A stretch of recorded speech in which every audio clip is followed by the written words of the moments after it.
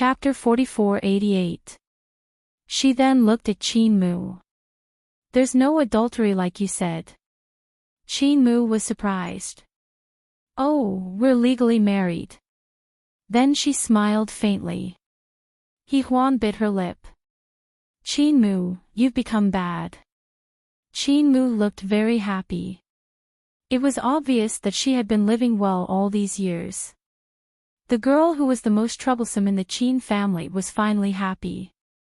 It hadn't been easy for her and Zhou Chongguang to get to where they were. What she was most grateful for was having a sister like Qin Chen. Qin Mu looked at Zhou Chongguang with undisguised love in her eyes. Zhou Chongguang probably sensed his wife's gaze and returned a gentle smile. He Huan looked at them and suddenly had a feeling in her heart. She seemed to have rarely, or perhaps never, looked at Qin Mo so openly. Even when she fell in love with him, she hid it, as if she didn't want to admit it, to herself, to him, and to others. He Huan's eyes were a little confused. After a long time, she let out a long breath. She seemed to have missed out on a lot. When she looked at Qin Mo again, there was a complicated look in her eyes. It was something that Qin Mo had always wanted but couldn't get. He could see the complicated and clear emotions in her eyes. At this moment, Qin Mo wished he could go back to his villa and be alone with her, forcing her to say all the things in her heart. But now he could only suppress himself and talk to Lan Yu and the others as usual. After a while, he couldn't help but get up and walk to He Huan. Aren't you cold standing at the door? Let's eat. He then carried her to the dining room, ignoring the others. He Huan was a little embarrassed. Yi Huan, you're going to interfere with kids playing together. Qin Mo smiled and wiped her hands with a warm wipe. Don't forget that you're still a patient. Patients need to be taken care of. When he spoke, his eyes were clearly on her face. He Huan bit her lip and couldn't look away. She could only look at him. This scene was exactly what He Huan had described. After a while, He Huan finally realized that something was wrong. She whispered, "Let go of my hand." Qin Mo smiled faintly and let go of her. However, even a blind man could see their sweet little trick. Naturally, Qin Chen could see it too. She took a fruit into the kitchen and looked at her mother with a smile. Qin Mo and his wife are very close now. Mom, don't worry. I saw a little love in He Huan's eyes just now. That's really rare. Who do you think is the coldest in our family? Actually, it's He Huan. She's been stubborn for so many years. Luckily, Qin Mo guarded her with all his might. That's why she's so precious. She's so precious. Yi Liangqiu felt gratified, but she also sighed. It's not easy. He Huan's temper is a little slow. Qin Chen took a bite of the fruit and said, "It's Qin Mo. If it was someone else, they probably wouldn't be able to wait for a lifetime." He Huan is very picky, in all aspects. You say it like you're not picky. Yi Liangqiu glanced at her daughter and sighed in her heart. If Lan Yu hadn't been there, Qin Chen would still be neither a man nor a woman now. All of Qin Chen's injuries were cured by Lan Yu. Qin Chen was Lan Yu's doctor, and Lan Yu was also Qin Chen's doctor. Recommending the urban guru Shi Xinqiu. Chapter 4489. The meal was full of joy and excitement. After the meal, the children stayed in the garden while the adults were free to do whatever they wanted. He Huan was supposed to stay in Qin Mo's room upstairs, but Qin Mo came in with his coat and He Huan's coat in his hand. As soon as she saw him, she buried her face in the pillow. "I don't want to go out. You said I'm a patient." Qin Mo walked over and sat on the edge of the bed. He reached out and pinched her little face. "Mrs. Qin, are you acting like a spoiled child?" He Huan glared at him. I'm not. If not, then get up and go out with me. Chin Mo's voice was low and husky. I know you're not feeling bad now. You ate so much for lunch. He touched her under the quilt. You're like a pig. Get up and walk around to digest the food. Huan said a little rascally, didn't you say I'm too thin and need to gain some weight? I'm lying down. Are you being stubborn? He pinched her face and patted it affectionately. Then he lowered his voice. Take it as keeping me company. It was a pity that he had never been in a relationship at his age. Huan bit her lip and looked at him. Chin Mo smiled. It's fine if you don't want to go out. Let's take a nap together. He was about to take off his coat. I'd better go out for a walk, Huan said hurriedly and sat up immediately. Chin Mo smiled. Good girl. Huan was actually a little angry. He was being unreasonable. She was actually a little conflicted. She felt that she had missed something in the past, but she couldn't forgive him in her heart. These two emotions mixed together, so she was a little hesitant. She didn't know if she should leave him or start anew. She wanted to think about it, but Chin Mo didn't want to give her time to think. Huan sat up. Chin Mo helped her put on the coat and put it on his lap to tidy her up. Chin Mo, Huan said in a low voice, I'm already 32 years old. Can you not carry me so often in the future? Chin Mo looked at her. You don't like it? It's not that I don't like it. I just think it's a little weird. Her voice was soft. Chin Mo laughed. If it's not that you don't like it, then there's no problem. As he spoke, he tidied up his clothes and sat her down by the bed to help her put on her shoes. Huan was still not used to it. He was too nice to her. She was uneasy, but he pressed her feet to stop her from moving. His voice was calm. As long as you don't think about running away, you won't let me down. Huan shuddered and looked down at him. Chin Mo looked up into her eyes and smiled. Don't leave me, okay? She moved her lips and finally squeezed out a faint smile.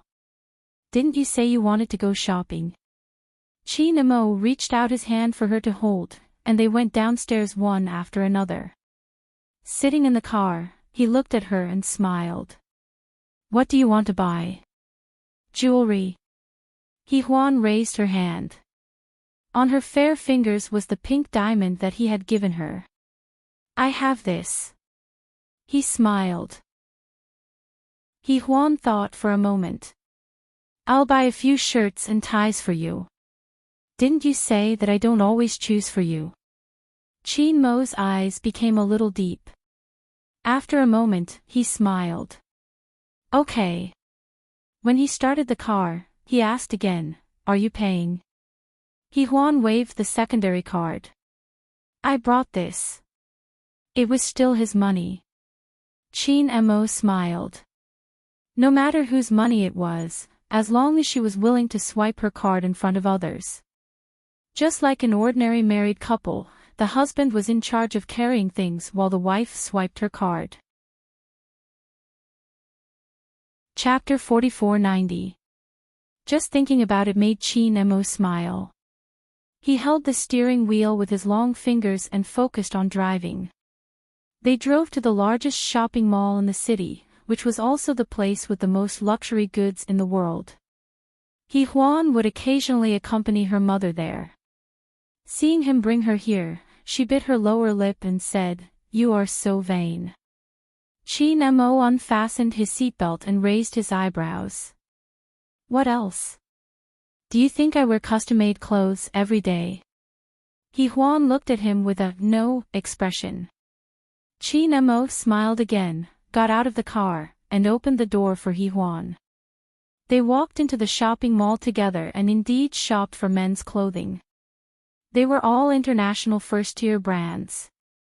Given Chin Mo's status and age, he naturally chose low-profile luxury brands. Moreover, he preferred black. In fact, Huan secretly felt that he was very suited for black and always looked good in it. Especially his legs, which were very long and straight. After entering a certain brand, Qin Mo glanced at Huan and she helplessly helped him choose. Mr. Qin's taste was obviously very good, but he insisted that she help him choose. Huan had been a director for a long time and naturally had good taste. She quickly picked out 2 shirts and 2 pairs of trousers for Qin Mo to try. Qin Mo took a look and put his coat in her hands. He tried it on and it fit well. The sizes Huan took were all right. The shop assistant could tell at a glance that these were 2 big fishes. This gentleman's temperament was really particularly noble. It was as if he could buy all of them here. The shopping guide was wild with joy and took out all kinds of new styles. "Sir, these are our new styles." Qin Mo didn't even look at them. "My wife will help me choose." It wasn't that his attitude was bad, it was just that he was very arrogant. The shopping guide was shocked and didn't dare to be too rash. After a long time, she choked and said, "Okay, sir." Huan glanced at Qin Mo and felt that he had gone too far and was too impolite. Of course, she wouldn't reject Qin Mo's request in front of others. She just picked a black windbreaker for him and gestured at him. "Is it too dark to wear black?" "No." Qin Mo gave it a try. Actually, it was just for show, because he would like whatever he chose. Huan looked at him. "If both of you like it, I'll swipe my card." Qin Mo nodded. "Go ahead." Then, he stood beside Mrs. Qin and watched her swipe her credit card. That sense of accomplishment was something that even signing a $10 billion case couldn't compare to. The feeling of being controlled by his wife. When Huan was about to swipe her card, the store manager came over and said in a low voice, "Mrs. Qin, we actually have a women's version of that gentleman's windbreaker, but it's a dress. It's also a dark style. Would you like to have a look?" Huan wanted to ask how he knew that she was Mrs. Qin, but she remembered that Qin Mo was famous and often appeared in magazines. She smiled faintly and was about to reject him when Qin Mo said, "Bring it here and try it." Compared to the other employees, the store manager was naturally more observant. With a closer look, she recognized that this was the handsome and rich President Qin of the entertainment industry. She heard that he had recently remarried. Today, she understood why President Qin didn't want so many beautiful female celebrities and socialites but chose Huan, his ex-wife. She wasn't an ex-wife, she was more like a young girl. She had a skinny figure with thin calves, and the woolen dress made her look especially small. Chapter 4491. She was skinny and had thin legs. The wool dress made her look especially small. She seemed to be 10 years younger than President Qin. She also had a nice face and looked really pretty. The store manager couldn't wait to take out the black dress. It was a dark Japanese style and looked like a nightgown. Huan frowned. "It's too cold to wear it now. It's 20 degrees. Spring is coming soon. Mrs. Qin, believe me, this dress will look different on you. Our brand doesn't do women's clothing and this is the only one in B City," the store manager said eagerly. In her heart, however, she silently thought that this dress was more suitable to be worn at home to increase the romance between husband and wife. President Qin would like it. Qin Mo walked to the sofa and waited for Huan. Huan went to try it on. After putting it on, she walked out and looked at it in the mirror. "Qin Mo, isn't it a little short?" Qin Mo looked over. After a while, his voice was slightly hoarse. "It looks good." Huan turned her head and looked at him. Qin Mo's eyes were very clear and bright as he stared at her. She had no idea how this dress would look on her. The black hair and the black silk dress, the wide sleeves of the Japanese ring. The most unbearable part for Chin Mo was the contrast of the hem of the dress. One black and one white. When Huan wore this dress, she would look like hell. There was a small flame burning in Chin Mo's black eyes. It was something that could be called plundering. Chin Mo, is it not good? Huan bit her lower lip. I'll change it. Chin Mo walked over. His tall and slender body walked to her side silently. He reached out and pressed her shoulder. His voice was hoarse. Buy it. I'll pay with my card. Huan's eyes widened. Chin Mo, didn't you say you didn't bring your card? And I can pay by myself. He had already taken out his wallet. It's only right for a man to buy things for a woman. While Huan was still in a daze, the store manager happily took the card and said with a smile, although 280,000 yuan for this dress is a little expensive, the important thing is that Mr. Chin likes it. President Chin smiled faintly. Although Huan was used to being rich, she still felt that 280,000 yuan for a dress was too much. Just as she was about to say something, Chin Mo gave her a look and she stopped talking. At crucial times, she had to give the man face. Was Chin Mo a man who lacked 280,000 yuan?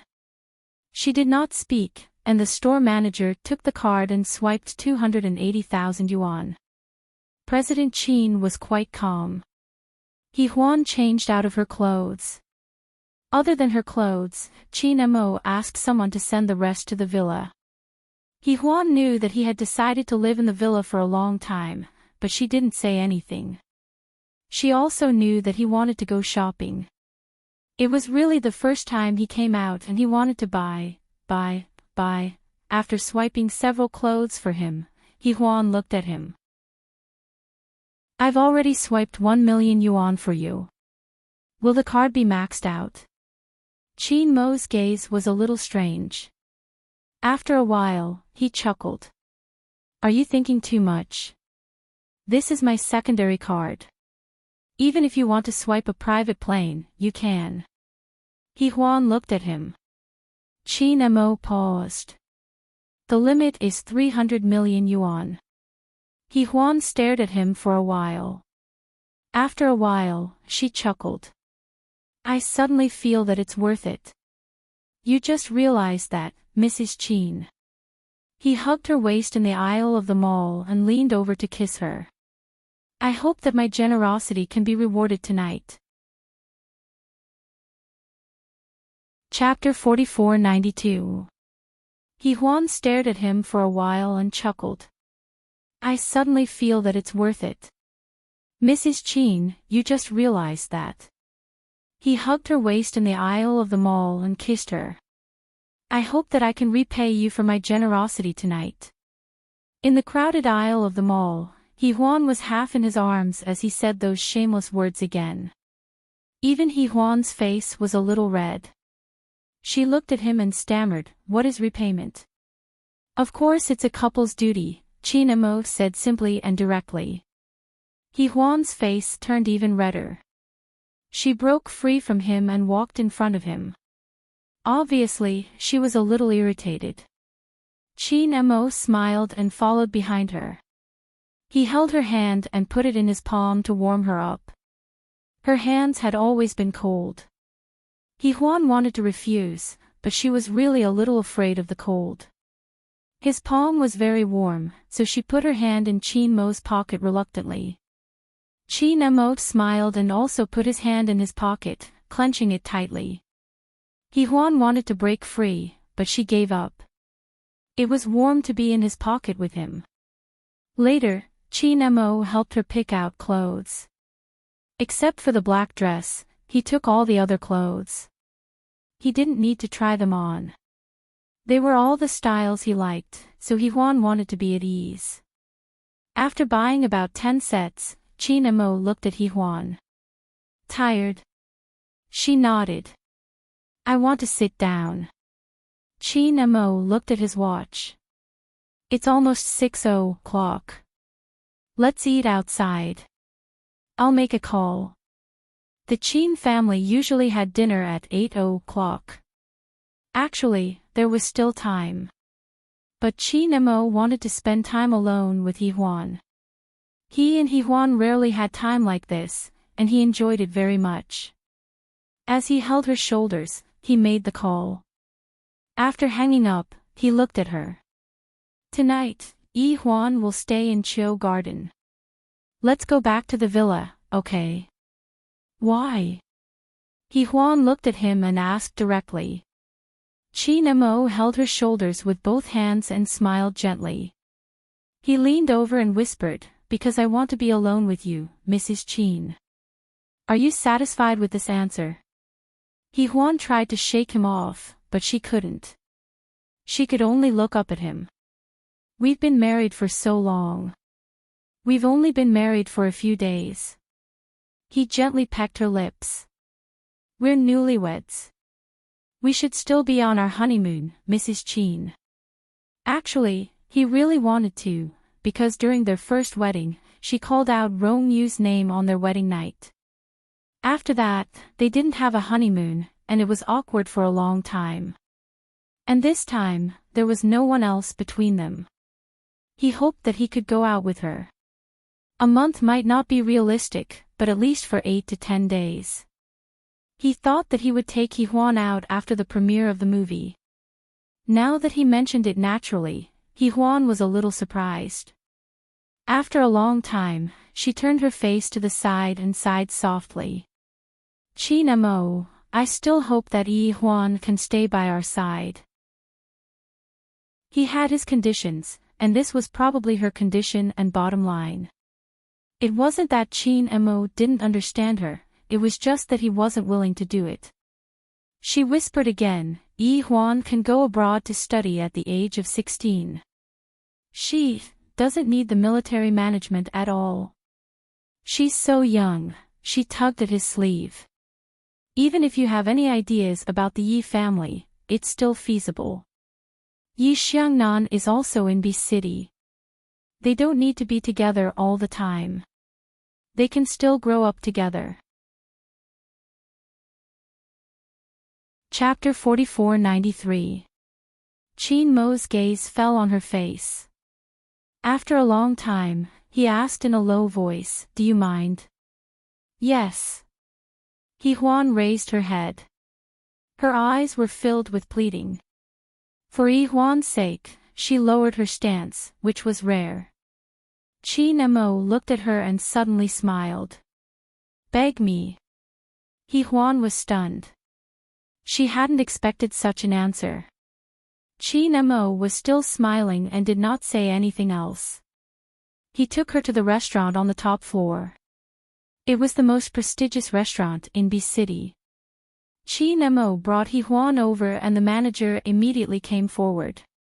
President Chin, this way please. He then led Chin Mo and Hee Hwan to the window where the view was great. Chin Mo pulled out a chair for Hee Hwan and sat on the other side after she sat down. The waiter brought the menu and Chin Mo handed it to Hee Hwan for her to read. Hee Hwan glanced at him, but she still ordered it herself. She was the one who decided on the main course and dessert. It was strange that she knew his taste buds. After ordering, she looked up. Chin Mo, what else do you want to eat? Chin Mo smiled. That's enough. You ordered all my favorites, Mrs. Chin. Hee Hwan knew his bad taste and kept calling her Mrs. Chin. She pretended not to know and ignored him. She picked up the aperitif and took a sip unconsciously. It was spicy. Hee Hwan's face scrunched up and she looked pitiful. Chin Mo held back his laughter and pushed the dessert in front of him towards her. Eat something sweet to calm yourself down. With a bitter face, Hee Hwan ate a little and felt a little better. Then, she pushed her aperitif to him. Drink it. Chin Mo smiled and drank the wine in his glass. He then looked at Hee Hwan. You're already a grown-up. Can't you drink some aperitif? Hee-hwan had only taken a sip, and her face had indeed turned red. She looked very cute. Chi-Nemo looked at her as he slowly drank his apéritif. Hee-hwan's face turned even redder. At this time, the waiter began to serve the dishes. They were served very quickly, and the appetizers and main dishes were served almost at the same time. Chi-Mo's voice was very gentle. "Try the foie gras here. It tastes very good." Hee-hwan nodded and took a small bite. It was indeed delicious. Hee-hwan's face was filled with satisfaction and joy. And Chi-Nemo looked at her satisfied look. His heart is more satisfied than her. He forked a mouthful of apple and sent it to her lips. "Have another bite of apple." Although Hee-hwan felt a little mushy, she still took it. The apple was crispy and fragrant. After eating a piece, she felt that it was very delicious. She looked at Chi-Nemo. Chi-Nemo smiled and forked another small piece for her. She still felt that it was very delicious, and before she knew it, he had finished feeding her. Afterward, he was a little embarrassed. "Eat some." Chi-Nemo smiled and helped her cut the steak before starting to eat. In fact, Hee-hwan was used to being independent. She wasn't too keen on being taken care of by a man like this. However, it felt good to be taken care of by a handsome man like Chi-Nemo. Even the women in the restaurant were secretly envious. Hee-hwan wasn't a vain girl, but at this moment, she felt very good. But very quickly, she felt bad. Because she knew the person sitting at the opposite table. It was none other than Suilio, who had just been banned. Chapter 44-94. Hee-hwan's eyes dimmed. She lowered her head and drank the pumpkin and chestnut soup in silence. Chi-Nemo sensed that something was wrong with her. He looked in the direction she was looking at and said calmly, "You're not happy to see it?" "No." Hee-hwan took small sips and said in a low voice, "B-City is my home too. I can't control where she wants to eat." Chi-Nemo looked at her and reached out to touch her hair. He smiled and said, "Not bad. It feels like you've finally grown up, my little girl." Hee-hwan slapped his hand away. "Who's your little girl?" "I'm not." Chi-Mo's voice was gentle. "Weren't you raised by my family? You'll be my wife when you grow up." What did they call that in ancient times? He was getting more and more frivolous. Hee-hwan couldn't take it anymore. "I'm going to the washroom." Chi-Nemo smiled and let her go. More importantly, Hee-hwan had eaten quite a lot. She didn't have a big appetite and Chi-Nemo thought she was almost full. Hee-hwan went to the washroom. When she came out to wash her hands, she saw Suilio. Hee-hwan looked outside and then turned on the tap to wash his hands. Suilio was no longer in a mess and was dressed nicely. After all, her family still had a career and she still had a lot of glamour. However, she couldn't become famous even if she wanted to. When Hee-hwan was washing her hands, she stood beside her and said softly, "Hee-hwan, don't you feel guilty around Chi-Nemo?" Hee-hwan's hand paused for a moment. Then, she asked in amusement, "Why would I feel guilty? Am I the mistress or something?" After she said that, she met Suilio's gaze in the mirror. Suilio flinched and smirked coldly. "Don't think that you can stay in this position. If you can't give birth to a boy, you'll still be abandoned by the Chin family." Hee-hwan looked down and smiled. "Then, Miss Su, you can work hard and give birth to a child of the Chin family. Let's see if you can marry into the Chin family." There was obvious mockery in her words. Suilio couldn't do anything even if she wanted to. Hee-hwan smiled faintly, turned off the water, and dried her hands slowly. Then, she continued, "Miss Su, even if you give birth to Chi-Mo's child, as long as I'm not willing, you'll never be able to marry into the Chin family." Do you believe me? Suilio was so angry that her whole body was trembling. Juan smiled and walked toward the door. By the door, Chin Mo was leaning against it, as if he had been standing there for a long time. Juan was stunned.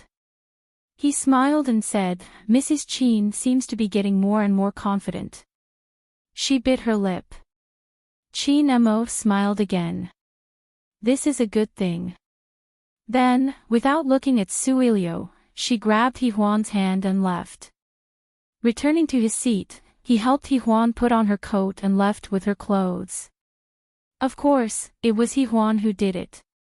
President Chin enjoyed this moment very much. On the way back, they sat in the car together.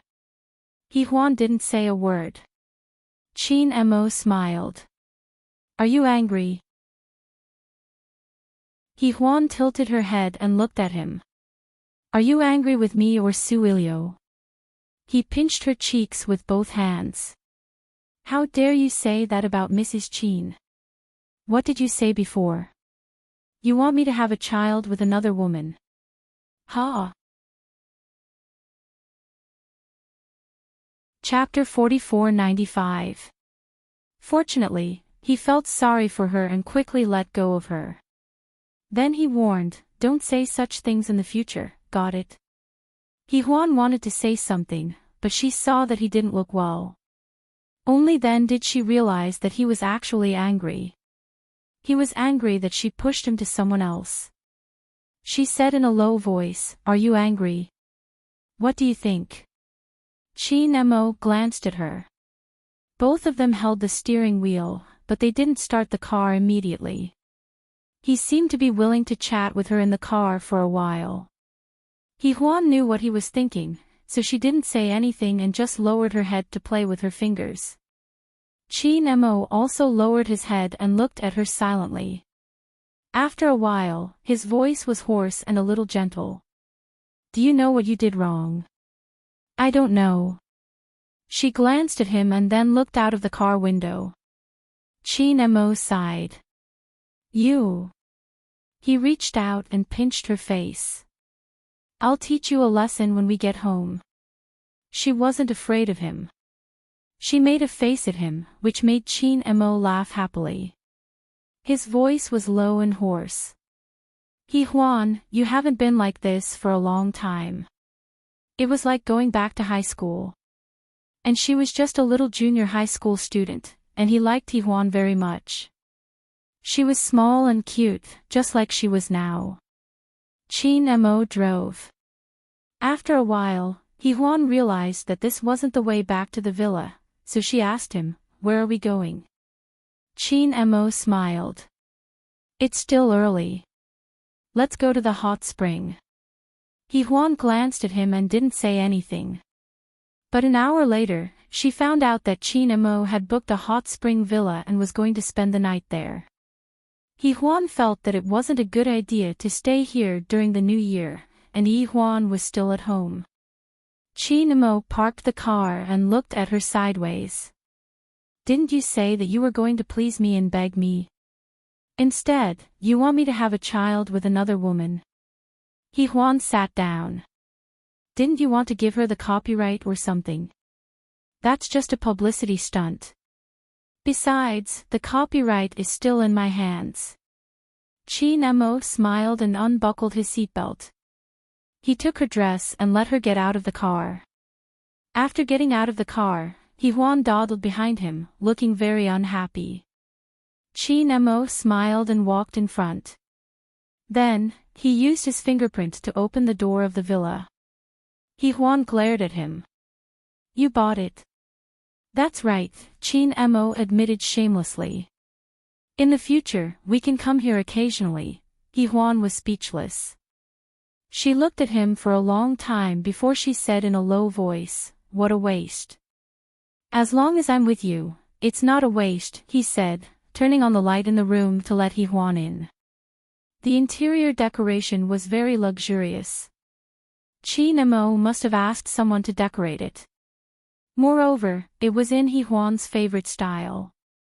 It was beautiful. Indoors, it was very warm, probably because of the hot spring. As soon as she entered, Huan took off her coat. Qin Mo took it from her and took off his own coat and sweater. He poured her a cup of hot water and went to check out the hot spring room. Huan sat down and drank water as she looked at the one-story villa. It looked like the style of a hotel villa in Lijiang. Apart from the main house, there was a large parking lot and a courtyard full of green plants. As Huan was looking around, Qin Mo walked over. The water is just right. Let's go over. Huan immediately turned around and looked at him. His heart suddenly started pounding, and it was beating a little faster than usual. Chapter 44-96. They had been husband and wife for many years. Although they didn't spend much time together, they had done everything they should. But they had never soaked in the hot spring together. Actually, they hadn't even taken a bath together. So Huan was a little nervous. But Qin Mo didn't seem to notice her nervousness. Seeing that she wasn't moving, he immediately walked over and frowned. What's wrong? Huan shook her head. Nothing. Qin Mo picked her up and she was a little scared. She quickly put her arms around his neck. Qin Mo. You look a little absent-minded. He smiled and whispered as he walked, Are you nervous, Mrs. Qin? Huan was so angry that she punched his shoulder and glared at him. He was doing it on purpose. He knew it from the start. Qin Mo was still smiling. Are you feeling better now? Huan was still staring at him. Qin Mo couldn't help but laugh. Okay, I won't tease you anymore. Be good. Oh yes, you can think about how to please me when you soak in the hot spring. I don't want to please you. Huan bit her lip. Qin Mo chuckled and touched her with the tip of his nose. His voice was very low. You don't want Huan to go home, huh? Huan's lips trembled slightly, and her eyes were lowered. She was as beautiful as a fawn and was indescribably adorable. Qin Mo couldn't help but reach out and touch the tip of her nose. Huan had a few small freckles on her little nose. She was very cute. Not only did she not look old, but she also looked more girlish. Coupled with her misty eyes, she was really beautiful. But Qin Mo was very restrained, at least when they were soaking in the hot spring. He also took care of her carefully. Because Huan's health wasn't good, he was afraid that she would faint. But that didn't include after the hot spring. After the bath, Qin Mo casually put on a bathrobe. Huan was about to put on a bathrobe too, but Qin Mo took the new dress over. Wear this. Huan frowned. I'm going to sleep soon. President Qin chuckled. I'm wearing this because I'm going to bed. Huan was a little slow. After a while, she whispered, Qin Mo, you're so bad. Mr. Qin chuckled hoarsely. How am I bad? As he spoke, he picked up the black dress and helped her put it on. Then, he gently fastened the belt. Afterwards, Qin Mo's gaze became a little dangerous, and his ink-black pupils deepened. Huan bit her lip and called out to Qin Mo with some fear. He hugged and kissed her, murmuring, Call me big brother. My mobile phone remembers to bring wonderful novels to you, brother. She looked up and her eyes were misty. Her face was also slightly flushed due to the temperature. Qin Mo carried her and walked step by step towards the master bedroom. Huan bit her lip and hugged his neck with her slender arms. She wanted to say something, but Qin Mo lowered his head and whispered, Didn't you say that you were going to please me, huh? Huan's face was a little red. She bit her lower lip again and gently rested her head on his shoulder. Later on, the price of pleasing him was wasting 280,000 yuan in one night. Early the next morning, Hee-hwan woke up in Chin Mo's arms.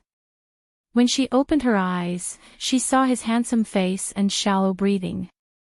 She looked at him quietly and then couldn't help but reach out to touch his face gently. Chin Mo happened to wake up at this moment. He opened his eyes and looked at her with his long and narrow eyes. Hee-hwan's hand stopped in midair. After a long time, she said bitterly, "You're awake." Chapter 4497. Chin Mo's eyes were tinged with a smile. He looked relaxed and smiled. "I didn't want to touch you. Why aren't you moving?" Then he took her hand. "Mrs. Chin, I didn't want to touch you. Why aren't you moving?" Hee-hwan glared at him. "Chin Mo," he smiled and let her go. Then he lay flat. "Where are you going today? Aren't you going to pick up Hee-hwan?" Hee-hwan leaned over and put her hand on his shoulder. Maybe she was not used to it, so she shrank back a little. Chin Mo lowered his eyes and looked at her. Hee-hwan put her hand back and said softly, "You said it last night." This time, there was a hint of interest in his eyes. He turned sideways and held on to her so that she could not escape. His voice was low and husky. "You said that you would bring Hee-hwan back if you let me do whatever I wanted last night." Hee-hwan took a deep breath and bit her lip. "What do you mean by, do whatever you want?" He is so bad. He got everything last night, but he is still making such sarcastic remarks. Hee-hwan lowered her eyes. "We agreed. I didn't say that I couldn't let Hee-hwan back. But, let her stay in the Chio garden for a few more days." Chin Mo said with a smile. Hee-hwan gathered her courage and looked up at him. Chin Mo smiled. "Because I want to be alone with you." "Is there a problem, Mrs. Chin?" Hee-hwan was a little hesitant again. She didn't say anything. She just turned around and put her head on the white pillow. She drew circles on the pillow with her slender fingers. Chin Mo went over and hugged her gently. His breath was warm. "What's wrong? You don't like it or you don't want to be with me, huh?" Hee-hwan was helpless against him. She didn't say anything and continued to draw circles on the pillow. Chin Mo looked at her and chuckled. "Hwan, you are so cute." After that, they skipped breakfast and went straight to lunch. In the afternoon, Chin Mo took Hee-hwan back to the villa. She thought she could rest, but Chin Mo took her place and chose a more formal outfit. He also changed his jacket into a coat. Chin Mo helped her button up her coat. Seeing that he had also changed into a formal handmade suit, Hee-hwan couldn't help but ask, "Where are we going?" "Concert." Chin Mo deliberately asked her in surprise, "You don't know about Kong Chao's concert?" This could be considered as Kong Chao's temporary departure from the music industry. Chin Mo had received the invitation a month ago. In fact, he knew that Hee-hwan should have been invited as well, but she was not in the studio and was ill, so her assistant probably ignored it.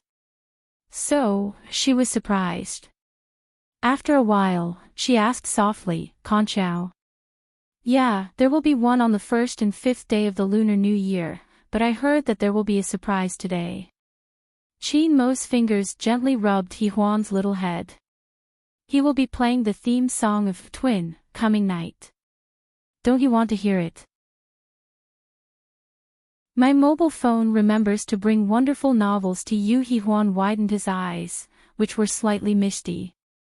Chin Mo showed her the invitation, and she saw the organizers and partners of the concert. They were all entertainment companies. Hee-hwan looked at Chin Mo and didn't say a word for a long time. "Wedding gift, Chin Mo chuckled. Hee-hwan was in a daze again. After a long time, she whispered, "Chin Mo, are you touched?" He smiled again and adjusted her coat for her. "Okay, let's go." Hee-hwan's eyes were still misty, and she didn't move when he pulled her away. Chin Mo just stood there and chuckled. What's wrong? Chapter 4498. Huan pursed her lips and whispered with some difficulty, Chin Mo. She didn't say the rest of her words and just kept looking at him. Chin Mo still looked at her with a smile and waited patiently for her to continue. Huan pursed her lips and looked at him with some difficulty. Finally, she said in a low voice, Chin Mo, let's give it a try. After saying that, she raised her head and looked at him very seriously. At that moment, Huan's eyes seemed to be filled with countless stars. Chin Mo stared at her eyes for a long time. Suddenly, he covered her eyes and pulled her into his arms. Because her eyes were so beautiful that he didn't dare to look at them directly. Faced with Chin Mo's sudden mood, Huan was a little surprised and a little shy. She leaned into his arms. Her soft and tender skin leaned against the woolen cloth of his suit. She could vaguely feel his body temperature. She couldn't see it, but she could feel it. She could feel his heartbeat and Chin Mo's emotions at that moment. Huan felt a surge of emotions in her heart. She quietly hugged Chin Mo's waist and hugged him very tightly. It seemed that there was no moment when she liked him so much. When they weren't too young, and also when Chin Mo was at his best and most mature and charming age. Later, he kissed her for a long time. As expected, they were late for the concert. When the car stopped in the parking lot of the concert hall, Huan raised her hand to look at the time. It'll be rude if we're late. Chin Mo, why don't we not go? Chin Mo looked at her and smiled. We'll go through the VIP entrance and sit at the back. Huan looked at him. He knew what she wanted to ask, so he smiled. The back is very convenient. Huan blushed and tilted her head to look at him. Chin Mo held her hand and got out of the car first. He went around to open the door for her. Huan got out of the car and let him hold her. She wasn't used to it before, but this time, she seemed to be very used to it. Walking side by side in the long corridor, it felt like they were walking for a lifetime. When Huan said that, Chin Mo said in a hoarse voice, we will keep going. Then, he tilted his head. Do you have a better choice? Huan gently pursed her lips, and finally, she smiled faintly. She rested her head on his shoulder. It was not a very passionate gesture, but it was a very intimate one. Chin Mo tilted his head and looked at her. Then, he smiled slightly and pressed his face against hers. Huan, we don't look like an old married couple.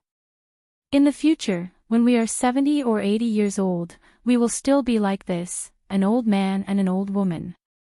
Probably. Huan lowered her eyes and smiled. Chin Mo, won't you get sick of it?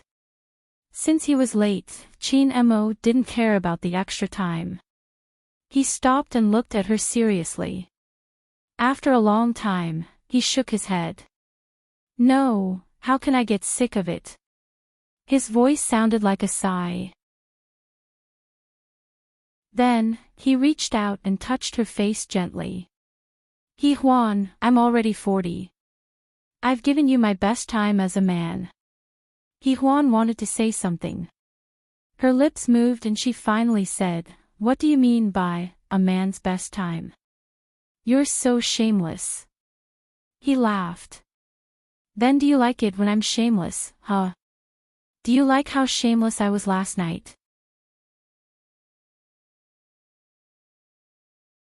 Chapter 4499. Huan's face blushed again. She looked up at him and called his name, Chin Mo. Chin Mo's fingers touched her face gently. All right, let's go in. Huan glanced at him again, and then her hand moved down to hold Chin Mo's hand gently. Chin Mo's hand moved a little, and then his gaze fell on her face. He was a little surprised, and a little surprised. He looked straight at her, and then the corners of his mouth curled up slightly. His fingers slowly tightened, and he held her hand gently in his palm. Huan raised her head and stared at him. Qin Mo's voice was hoarse. Huan, it seems like I don't have to be jealous of anyone anymore.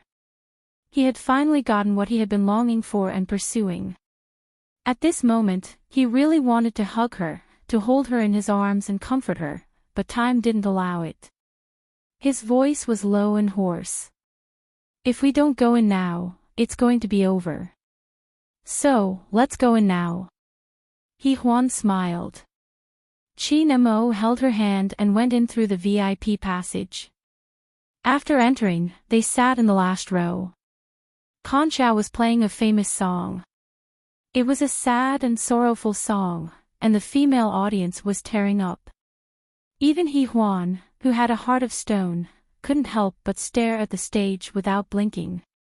After a while, Qin Mo whispered in her ear, "Why are you crying?" "Ah," Huan said, and then reached out to touch her face. It was dry, and there were no tears.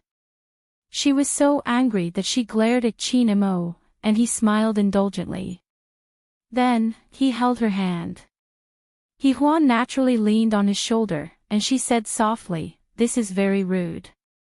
Didn't I say that we're at the end?" He smiled and pulled her little head. "Look at the stage. It's going to be nightfall soon. Oh yes, I forgot to tell you that when Yuan will be on the same stage." Huan's eyes widened. "Really? Yimubai doesn't mind. What's the use of minding?" President Qin's voice was a little dissatisfied. "Just like how I mind that you used Rong Yu's script, made a drama, and poached Kong Chao." As he said that, he bit her cheek unwillingly. "You've broken my heart into pieces." Huan let out a soft cry of pain and covered her face. She looked at him with an indescribable gaze. She looked very cute, so Qin Mo took a few more bites. Huan felt that he was really rude. In the concert hall. Probably knowing what she was thinking, Qin Mo reached out to hug her and said in a husky voice, "We are in love, so everything that is unreasonable is reasonable. You're twisting words and forcing logic." Huan glared at him. "You wouldn't say that if you were photographed." In fact, they were photographed by someone around them. At the moment when Qin Mo bit Huan, it was taken and uploaded to Weibo. Unfortunately, it was a big influencer, and it was reposted by several influencers. That night, the trending topic became hashtag the beauty of Mrs. President Qin. In the photo, Huan was wearing a black wool dress with a Chanel bead necklace. Her black hair was spread over her shoulders, and her small face looked especially fair and delicate under the dim lighting. It was as if she had come out of a painting. When Qin Mo kissed her, she opened her eyes wide, and looked at Qin Mo innocently. Her expression was damn seductive.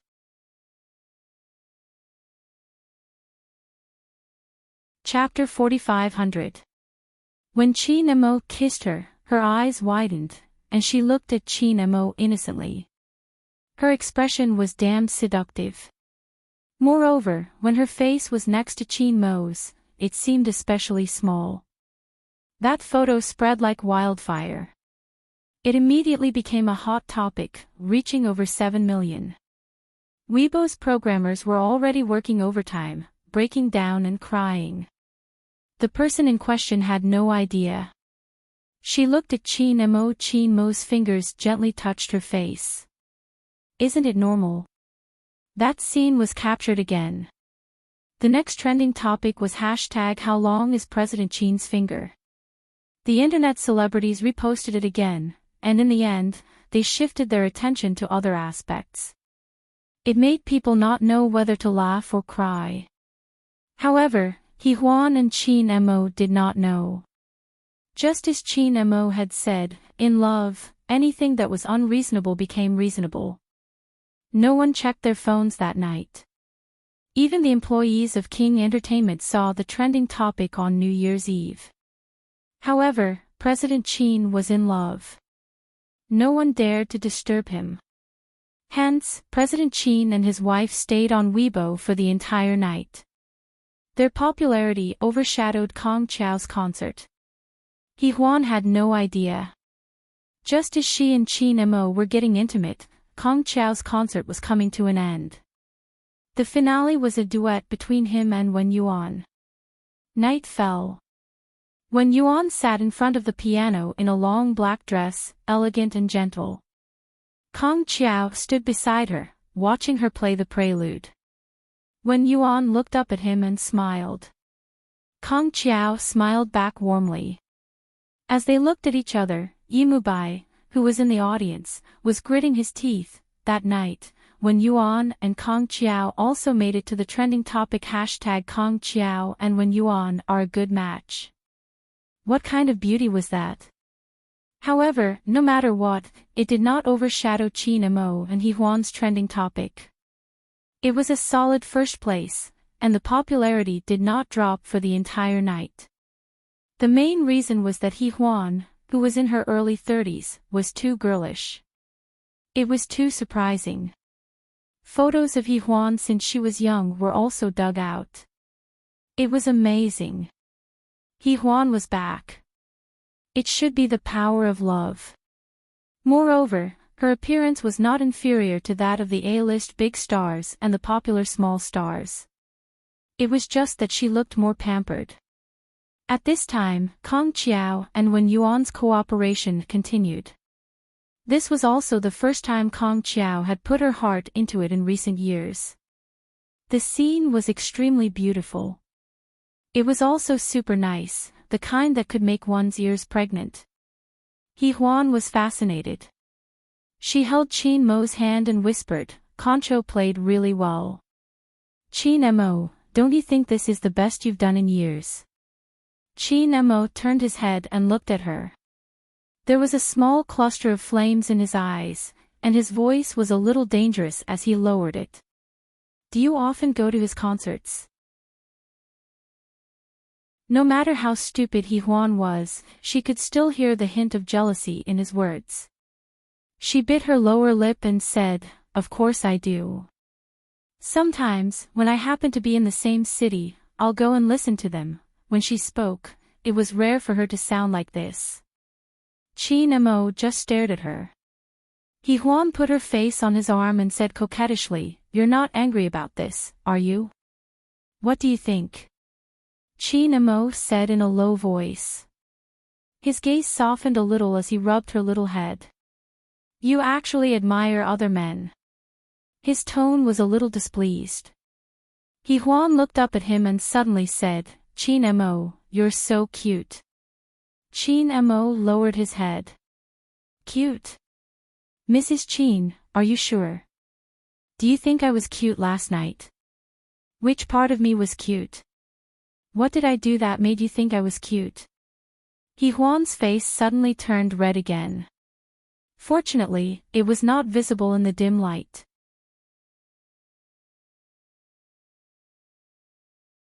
Chapter 45:01.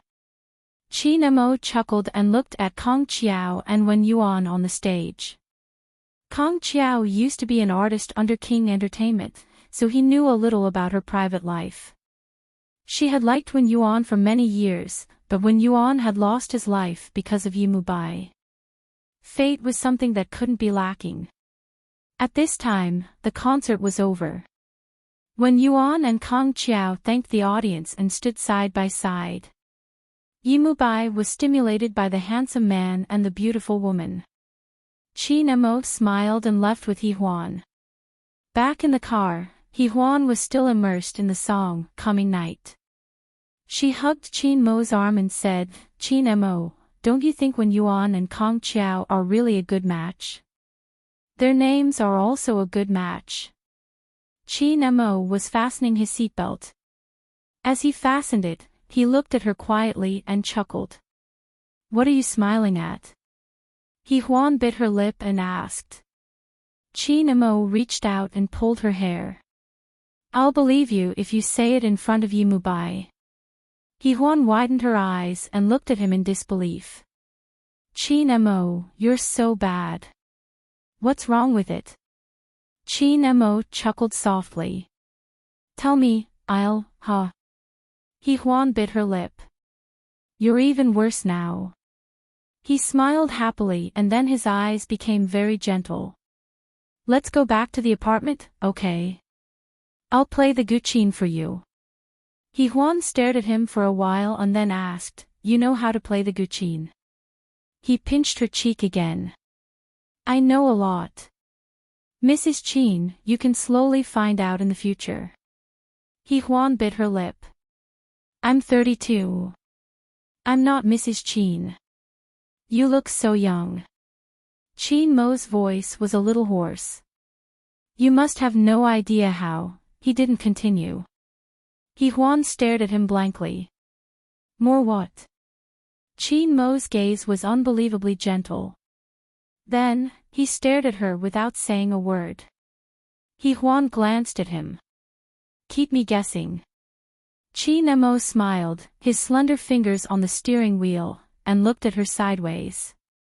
Let's go home. The white Mulsanne started up slowly. As he drove, He Huan was scrolling through her phone in boredom. Then, she saw her and Chin Mo's trending topic. Surprised, He Huan opened her eyes wide. Chin Mo glanced at her, then smiled and asked her, What are you looking at? He Huan bit her lip. Nothing. Oh. Chin Mo smiled and continued driving. He stopped at a red light and turned his head to look at He Huan. She was still looking at her phone with her eyes wide open, which made her look inexplicably cute. She seemed to be a little different recently. Chin Mo didn't disturb her. He just lit a cigarette and rolled down the window. He smoked while waiting for the red light to turn. It was a nice pose. However, he only smoked one to satisfy his craving. When they arrived at the apartment building, he turned off the engine and let He Huan sit in the car while he got out to smoke 2 cigarettes. After waiting for a while, He Huan couldn't help but roll down the window and put her face on the window to look at Chin Mo. In the dark and cold night, he didn't wear a jacket and just stood there smoking. He Huan couldn't help but ask him, Chin Mo, aren't you cold? He stood there with only a sweater on his slender body. He took a puff of the cigarette and walked over. I'll be fine after this one.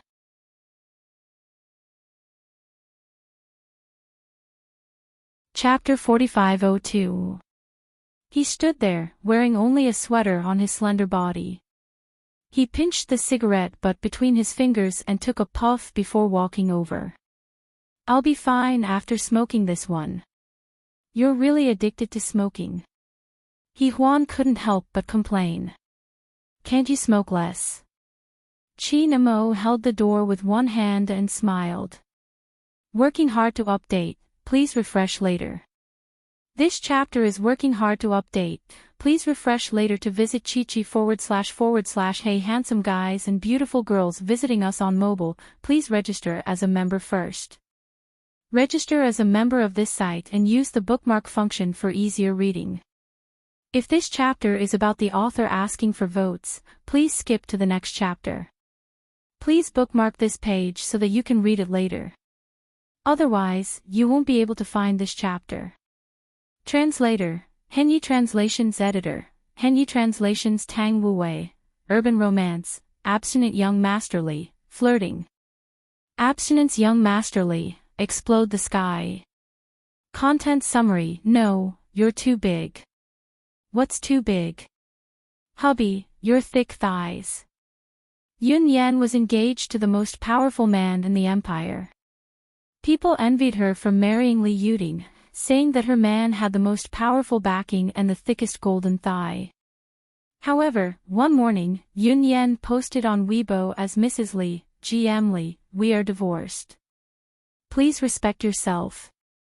In less than a minute, Li Yuding, the head of the Li Corporation, replied with a message, Honey, it's getting cold. Let's talk about our private affairs in bed. Be good and give me your phone.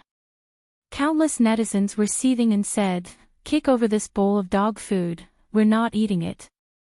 Abstinence young masterly, explode the sky. Forwarding address, /HTML/111/11545//HTML/111/11545/content reading, Chapter 1, 2 months of pregnancy diagnosis, Secretary Yun. This is my 2-month pregnancy diagnosis. The child is CEO Lee's. A report suddenly fell from the sky and landed right in front of Yun Yen. Yun Yen raised her head and saw a delicate, yet arrogant face. You are. Yun Yen frowned. The woman looked down at her proudly. I'm President Lee's girlfriend, Li Fei Fei. Oh, Yun Yen remembered. She was wondering why this woman's face looked so familiar. 2 months ago, a paparazzi published a gossip about a new singer, Li Fei Fei and Li Yuting spending a romantic night together in a hotel. The news only appeared on the internet for less than an hour before it was completely erased by the public relations department of the Li Group in a thunderous manner. She glanced at the pregnancy diagnosis and calculated the time. It matched up with the scandal from 2 months ago. As if knowing what she was thinking, Li Fei Fei rubbed her belly and smiled. You guessed right. It was 2 months ago when I was pregnant with President Lee's child. Yun Yen raised an eyebrow. Miss Lee, I'm not the one who made you pregnant. What's the point of you looking for me? She choked on her words. I've looked into you. You're the woman who has been by CEO Lee's side the longest. I don't believe you two aren't related. This pregnancy report is to tell you that if you know what's good for you, you should keep your distance from CEO Lee, otherwise, if I become Mrs. Lee, you'll be the first one I treat. Yun Yen was interested. Since you're CEO Lee's girlfriend, do you know what kind of woman he hates the most? Li Fei Fei was stunned and asked, what kind of woman? A woman who has plastic surgery. You have plastic surgery. Li Fei Fei was furious. Miss Lee, you know best whether I have plastic surgery or not. Under Li Fei Fei's angry gaze, Yun Yen pushed away the chair and stood up. She said generously, however, I will hand this pregnancy report to CEO Lee on your behalf. I hope that Miss Lee can become Mrs. Lee soon. After that, she ignored Li Fei Fei's embarrassed expression and turned to leave. As soon as she got out of the elevator, Yun Yen saw the secretary standing in a row. Linda waved at her. Yun Yen, come here. Yun Yen immediately went over. What's wrong? Assistant Chin just called and said that CEO Lee will be here soon. He should be in the elevator now. Another secretary, Andy, said excitedly, CEO Lee will be away for almost a month. We should welcome him well. As he said that, he showed off his 36D breasts. Yun Yen quietly looked away. The elevator door opened with a ding sound. The man who walked out of the elevator was wearing a black custom-made suit. His slender body was perfectly wrapped in well-tailored clothes. His deep, chiseled face, which usually showed a sense of indifference and alienation, was now faintly carrying suppressed anger. There weren't many people in this world who could make CEO Lee so angry. Just as Yun Yen was trying to figure out what was going on, Li Yuting suddenly walked towards her. Yun Yen suddenly had a bad feeling. Usually, in the company, in front of outsiders, he never acted intimately with her. He didn't even look at her. In his eyes, she was like air. Therefore, in the entire company, only a few people knew that she was a married woman. And no one knew that she was Mrs. Lee, abstinence young master Lee. Forwarding address, /HTML/111/11545//HTML/111/1111545/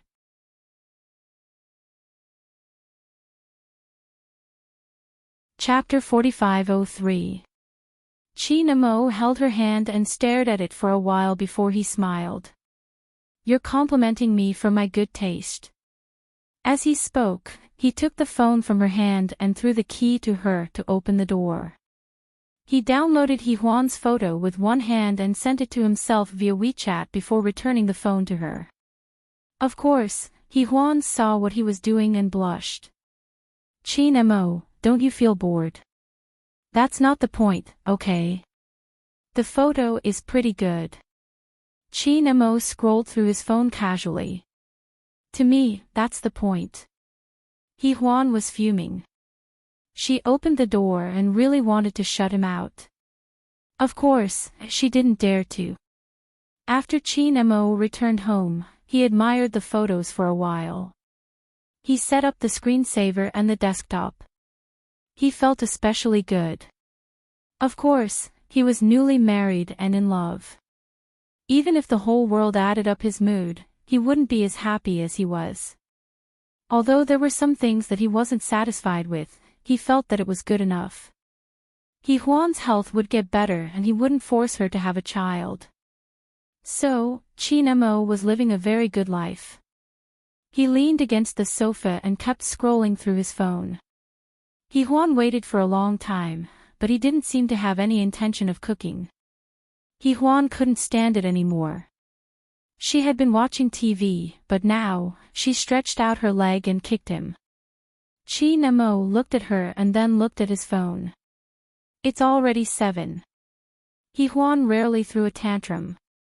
I'm hungry. Chi Namo smiled and reached out to stroke her hair. He said very gently, I'll go cook for you. I'm hungry too. When are you going to cook for me? Hehuan's eyes widened and she stared at him. She wasn't sure if he was joking or not. Chi Namo smiled. Little Mrs. Chin, you're thinking too much. As he spoke, he rubbed her hair affectionately and got up to cook, looking like a good family man. In fact, Hehuan really thought he was good. After a while, she thought about it and opened Weibo. She looked at the photo of them, at the expression on Chi Mo's face when he kissed her. He seemed to really like her. Hehuan continued to watch TV. The house was very warm. She had already taken off her coat. She curled up on the sofa barefooted, feeling very warm and comfortable. She could hear the sound of Chi Namo processing the ingredients coming from the kitchen. She suddenly felt that this kind of life was not bad. Perhaps she could also learn to cook. After waiting for a while, Chi Namo brought some fruits over. They were all tropical and wouldn't be too cold. Let's get some rest first. He kissed her. It'll take about an hour. No matter what, we should eat better on the second day of the new year. Hehuan nodded obediently and said with a smile, Go ahead, Mr. Chin. I'll be responsible for eating all of these. Chi Namo smiled and walked to the kitchen. Hehuan continued to eat the fruits happily. She was so satisfied that her eyes narrowed. After eating most of the fruits, her stomach was a little full. She remembered that there was going to be a big meal later, so she stopped eating and carried the fruits to the kitchen. She watched Chi Namo cook. He was probably cooking Thai food. Hehuan liked to eat Thai food. She saw that his movements were very fast, so it should be delicious. She wanted to cause trouble and asked all sorts of questions. Later, Chi Namo found her annoying and wanted to chase her back to the living room. Of course, Hehuan wouldn't let him. She threw a tantrum and hugged him from behind. Chi Namo, it's so boring watching TV alone.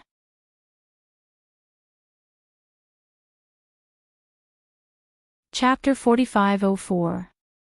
Chi Namo smiled and walked to the kitchen. Hehuan continued to eat the fruits happily. She was so satisfied that she squinted her eyes. After eating most of it, her stomach was a little full.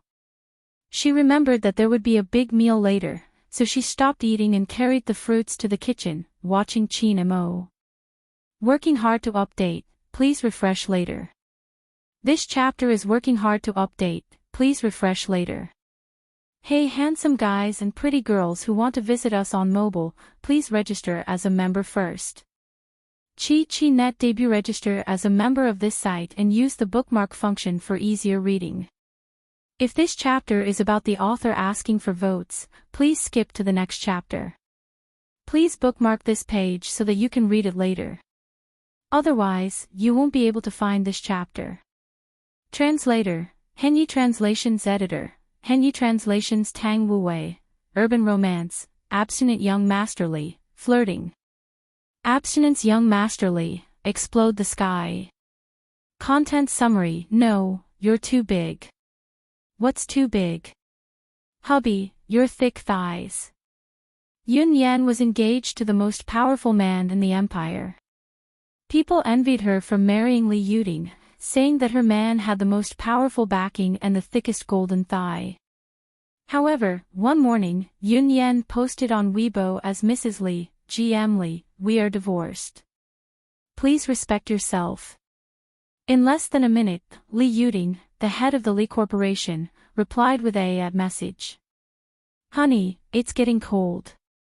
Let's talk about our private affairs in bed. Be good and give me your phone. Countless netizens were seething and said, kick over this bowl of dog food, we won't eat it. /abstinence young masterly, explode the sky. Forwarding address, /html/11/111545//html/11/111545/content reading, Chapter 1, 2 months of pregnancy diagnosis, Secretary Yun. This is my 2-month pregnancy diagnosis. The child is CEO Li's. A report suddenly fell from the sky and landed right in front of Yun Yan. Yun Yan raised her head and saw a delicate, yet arrogant face. You are. Yun Yan frowned. The woman looked down at her proudly. I'm President Li's girlfriend, Li Fei Fei. Oh, Yun Yan remembered. She was wondering why this woman's face looked so familiar. 2 months ago, a paparazzi published a gossip about a new singer, Li Fei Fei and Li Yuting spending a romantic night together in a hotel. The news only appeared on the internet for less than an hour before it was wiped out by the public relations department of the Li Group in a thunderous manner. She glanced at the pregnancy diagnosis and calculated the time. It matched up with the scandal from 2 months ago. As if knowing what she was thinking, Li Fei Fei rubbed her belly and smiled. You guessed right.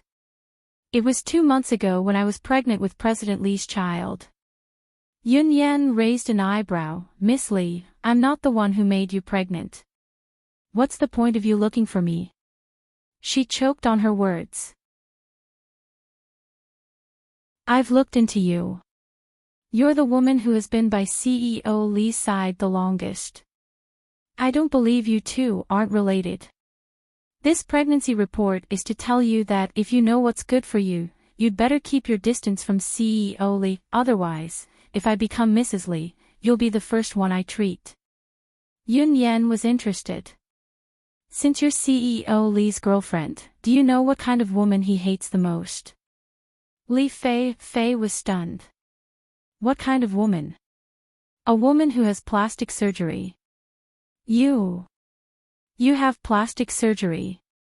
Li Fei Fei was furious. Miss Li, you know best whether I have plastic surgery or not. Under Li Fei Fei's angry gaze, Yun Yan pushed away the chair and stood up. She said generously, however, I will hand this pregnancy report to CEO Li on your behalf. I hope that Miss Li can become Mrs. Li soon. After that, she ignored Li Fei Fei's embarrassed expression and left. As soon as she got out of the elevator, Yun Yan saw the secretary standing in a row. Linda waved at her. Yun Yan, come here. Yun Yan immediately went over. What's wrong? Assistant Chin just called. He said that CEO Li will be here soon. He should be in the elevator now. Another secretary, Andy, said excitedly, CEO Lee will be away for almost a month. We should welcome him well. As he said that, he showed off his 36D breasts. Yun Yen quietly looked away. The elevator door opened with a ding sound. The man who walked out of the elevator was wearing a black custom-made suit.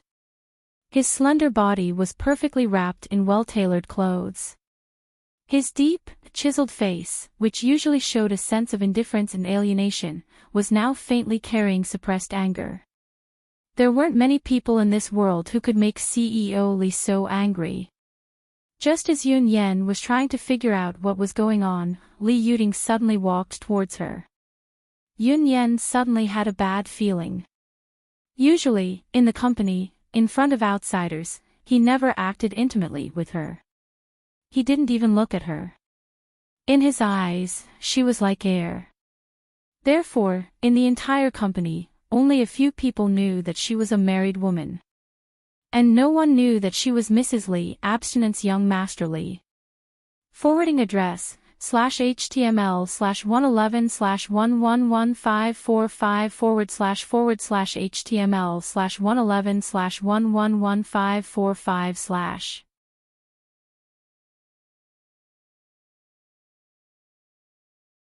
Chapter 4505. In the end, it was already very, very late when they had dinner together. However, no one cared. They sat quietly under the crystal lights in the dining room. It seemed to be the best time they had in years. Perhaps it was because she was getting old, she was too embarrassed to sit on his lap to eat. They just sat opposite each other. However, such peace and beauty were already very satisfying. It was so satisfying that she almost forgot that she was a director, and a very good one at that. Now, she just wanted to be Qin Mo's girl. After dinner, Qin Mo tidied up and took He Huan to the French window. She didn't know when a piano had appeared there. The black body of the piano was crystal clear, and He Huan could still see that it was worth more than 8 million. Qin Mo sat over and looked at her. Not coming over. He Huan walked over slowly. Where should I sit? Just as she finished asking, her arm was grabbed by Qin Mo. Then, she fell onto his lap, and her whole body was in his arms. That moment of warmth made He Huan dazed for a moment. Then, she felt her face pressed against his arm, feeling his warmth through the fabric of his shirt. She instinctively moved and leaned back. Above her head, she heard Qin Mo's low laughter. He reached out and gently rubbed her hair. He smiled. I'm going to start. What do you think of playing for Elise? He Huan was originally very embarrassed, especially when she leaned against him like this. She could especially feel his masculinity, and her face was a little hot. She didn't say anything and just leaned against him. Qin Mo's slender fingers began to play gently. To He Huan's surprise, he played very well. It was very smooth and graceful, like the clouds and flowing water. Moreover, when he played, his expression was very charming. And his fingers were also very beautiful. He Huan leaned against him and looked at him. In the past, she only thought that Qin Chen's fingers were very beautiful because they were holding scalpels. Only now did she realize that Qin Mo's fingers were very beautiful, slender, and very strong. It was very pleasing to the eye, so He Huan was a little distracted when she looked at it. Qin Mo was still playing the piano, but he asked in a low voice, "What are you looking at? Your face looks red." He Huan immediately covered his face and realized that he had been tricked. Qin Mo chuckled. He lowered his head and rested his chin on the top of her head. They seemed to be very close. He Huan's face became even hotter. In the end, her whole body was in his arms. Then he played a lot of music and asked her what she wanted to hear, and all of them.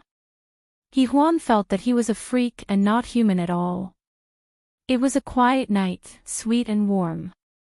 It was the best state of love, and it was also the best state they had been in these years. Then he kissed her, for a long time.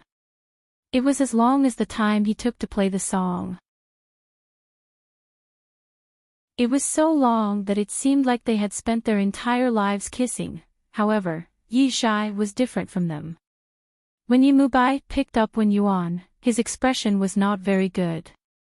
No man would like his wife to be on the hot search list with another man. Moreover, they were being talked about as if they were a good match. CEO Ye's handsome face was very long, and his expression was also very ugly. It was so ugly that Wen Yuan could not ignore it. "What's wrong with you?" Wen Yuan asked softly. Yi Mubai's fingers were on the steering wheel. He turned his head and looked at his wife. "It's nothing. There's something bothering me at work." Type Panda Literature into the search engine, and you will find this site. Thank you. Chapter 4502, The End of History. I Know a Lot, Mrs. Chin 5.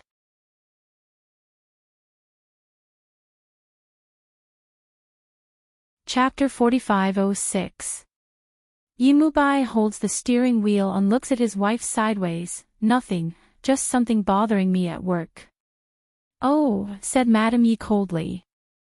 Yi Mubai is so angry that he almost smashes the steering wheel. But as a man, he is still a little proud. After a while, he says in a hoarse voice, "Haven't you seen the Weibo? Wen Yuan is a little strange. My concert just ended, and then I attended a celebration party. Where did I get the time?" After saying that, she glanced at him. Yi Mubai doesn't say anything. He continues to drive with a gloomy old face. Wen Yuan takes the phone and murmurs while scrolling, "Yi Mubai, you look more and more like menopause. It's very dangerous for you to be like this." As he spoke, his gaze froze. After staring for a long time, he slowly turned his head. "Mubai, are you jealous?" Yi Mubai drives the car, and his face doesn't ease at all. After a while, he takes a cigarette and lights it. "Not stupid." Wen Yuan looks at him speechlessly, and then puts down the phone. His voice is even lower. "We have been husband and wife for a long time. Yi Mubai, don't you think you are too childish?" Mr. Yi smokes, looks at the night in front of him, and says casually, "Say it again." He Huan shuts up. After a while, she can't help saying, "You know me and Kong Chiao. There is no such thing." "I care, is there anything wrong with that?" The man, who was over 40 years old, confidently said. Wen Yuan is stunned for a moment, and then he laughs. She glares at him, and then ignores him. Anyway, it's not the first time that he is childish and ridiculous. It's okay to be angry, and it's okay to ignore him. Men can't be spoiled too much. Wen Yuan thinks so, and he has always thought so. She and Yi Mubai have a good marriage. She attributes it to her laziness. She still loves him, but Wen Yuan doesn't worry about gains and losses as before. On the contrary, Yi Mubai cares more and is suspicious all day long. Wen Yuan knows that it feels good to be cared about like this, but also a little annoying. Yes, she disliked him for being too annoying. Mrs. Yi leaned against the leather seat and sighed in her heart until the car stopped on the parking lot in front of the villa. At this time, Yi Xiangnan and Yi Hui were at Su Fu's place. The servants in the villa were also on vacation. Yi Mubai opened the car door and got off. He then went to his wife's side and opened the door for her. When Wen Yuan got out of the car, he teased him, "Can your face get any stinkier?" Yi Mubai's voice was low. "If you don't mind, I can do it too." Wen Yuan was a little speechless. "It's just trending. You are my wife, not Kong Chiao's wife." CEO Yi, who was in his early 40s, finally couldn't help but raise his voice. Wen Yuan looked at him with a strange expression. After a while, he said slowly, "If you care, why don't you remove the trending topic? Why are you getting angry at me now? Besides, I asked for your permission to go. The price I paid wasn't low." She reminded him of how much she had pleased him that night. But the past was the past. A man who was jealous was irrational. Moreover, he just wanted his wife to coax him, but she didn't want to. She doesn't care about him anymore. This is CEO Ye's recent experience and also something he is very dissatisfied with. Tip: type Panda Literature into the search engine, and you will find this site. Thank you. Chapter 4503, New Yorkie Know a Lot, Mrs. Chin 6.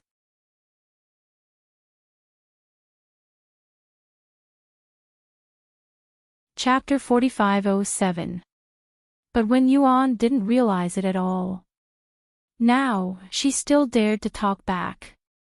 CEO Yi thought of the time when she cared about him. It was so good back then. When Yuan could feel a change in his mood and even a change in his expression. She chased after him all day, wishing that she could be with him 24 hours a day. Sure enough, once you get it, you don't care anymore. It was the same for men and even more so for women. Yi Mubai thought discontentedly. At this time, when Yuan had already walked towards the villa, he pulled her hand from behind. "Are you going to run away like this?" When Yuan couldn't stand this idiot husband, she turned her head. "Today is the second day of the Lunar New Year, Yi Mubai. You want to quarrel with me over a trending topic? Do you know how cold it is outside? It's -12 degrees, you pig head." After saying that, she broke free from him and ran into the villa. Yi Mubai stood there alone, feeling a little annoyed. She called him a pig head. No one had ever dared to scold him like that. Did he look like a pig head or was his IQ like a pig's? She didn't say that when she slept with him at night. The arrogant CEO Yi was a little angry, so he didn't go back immediately. Instead, he took a pack of cigarettes and stood in the dark to smoke. As he smoked, he seemed to be in a bad mood. After when Yuan went back, she was actually a little tired and hungry. She wasn't used to the food at the celebration party. She even drank 2 glasses of wine. Now, she really wanted a bowl of hot noodles and a hot bath. Then, she would have the energy and mood to accompany him. She also knew that he must have been depressed for a long time, but this pig head. When Yuan was very angry, she went upstairs to take a hot bath with an empty stomach. When she went downstairs, she saw that Yi Mubai was still smoking outside. She was even more angry and went downstairs quietly. Her cooking skills were very good, but a spoiled woman always hoped that a man would love her more.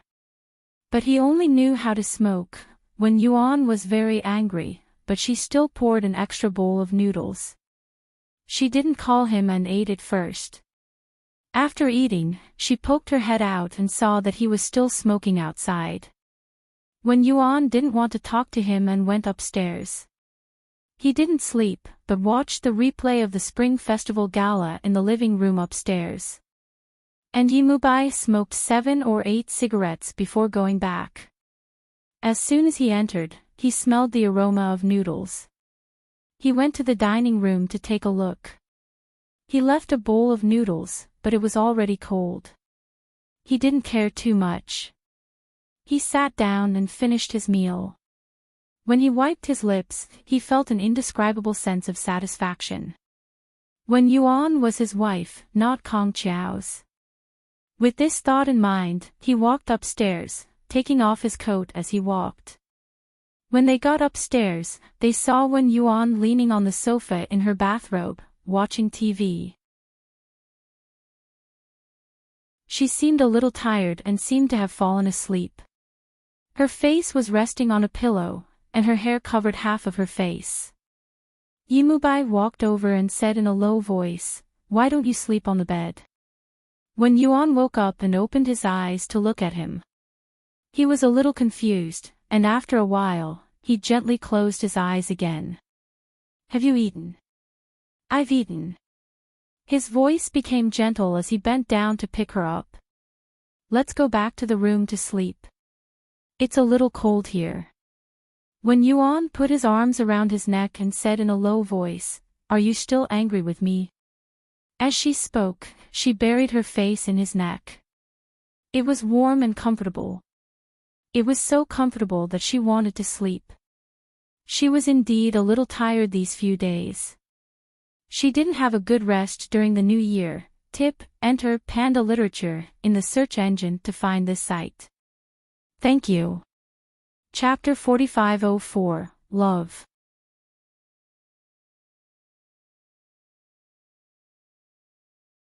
Chapter 4508. When Yuan wrapped his arms around his neck and said in a low voice, Are you still mad at me? As she said that, she buried her face in his neck.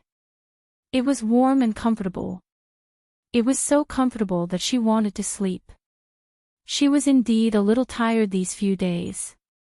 She hadn't had a good rest during the new year. Yimubai lowered his head and looked at her tired yet gentle face. His heart ached a little. He regretted it as well. She was clearly very tired and yet he was still like this with her. Moreover, she was clearly angry and even made noodles for him. She didn't even sleep in the room and waited for him here. Most men had a certain mentality. When they thought like this, they would feel that they were really great in some aspects. He lowered his head and kissed her face. He asked in a low voice, Were you waiting for me? Yuan buried her face in his chest and hugged him. After a while, she said in a muffled voice, No. Little liar. He bit her, his voice filled with eagerness. It was an expansion of a certain emotion that had nothing to do with the body. Although they had been husband and wife for many years, he felt that he loved her more and more every day. However, he often felt a little unsatisfied because he didn't get a response. The one who loved the most must be like this. Suddenly, he thought of Yuan in the past. Did she have such a hard time in the past? Did she love him for more than 10 years? Did she give birth to a son for him? Yet, he didn't know anything about it and even hated her. As Yimubai thought about it, he felt as though the past had been stirred up. He placed her under the blanket and stood by the bedside, leaning against her face. When Yuan clearly wanted to sleep, but he couldn't accept it. He wanted to talk to her. When Yuan. He called out her name in a low voice. Did you have such a hard time all those years? Did you hate me and blame me? Did you want to give up? As he said that, his voice was a little bitter. It wasn't for himself but for her. At that moment, Mr. Yi felt that he was a little childish. So what if he loved her more? So what if he cared for her more? As long as she was happy, as long as he was in her heart, it was fine. No matter how angry she was, she would still make a bowl of noodles for him. She would leave the light on and wait for him here. This was when Yuan's love. It had always been for him, never for anyone else. If she wasn't more determined, she wouldn't have to work so hard. And now, he asked her. When Yuan didn't answer for a long time, so he thought she was asleep. Just as he was about to bend down to kiss her goodnight, he froze. When Yuan cried. She did not cry out, nor did she make a single sound. There were only 2 drops of hot tears at the corners of her eyes. Yimubai was stunned. Then, he reached out and touched it gently. It was hot and scalding, just like his current mood. It was as if he had been scalded. Later, when Yuan put her hands flat on the pillow and said in a low voice, Yes, I thought about giving up, but I had Xiangnan at that time. After saying that, she opened her eyes and looked at him. Those years were very hard. When we separated, you said you didn't want me. When you said you hated me, it was also very painful. I don't know why I persisted for so long, and I don't know why I didn't leave earlier. Even now, when I think about it, sometimes I feel a little unwilling. But when I wake up and see you by my side, I feel that the past is like a dream. Those hurt and pain never existed, and the happiness in my hands is real.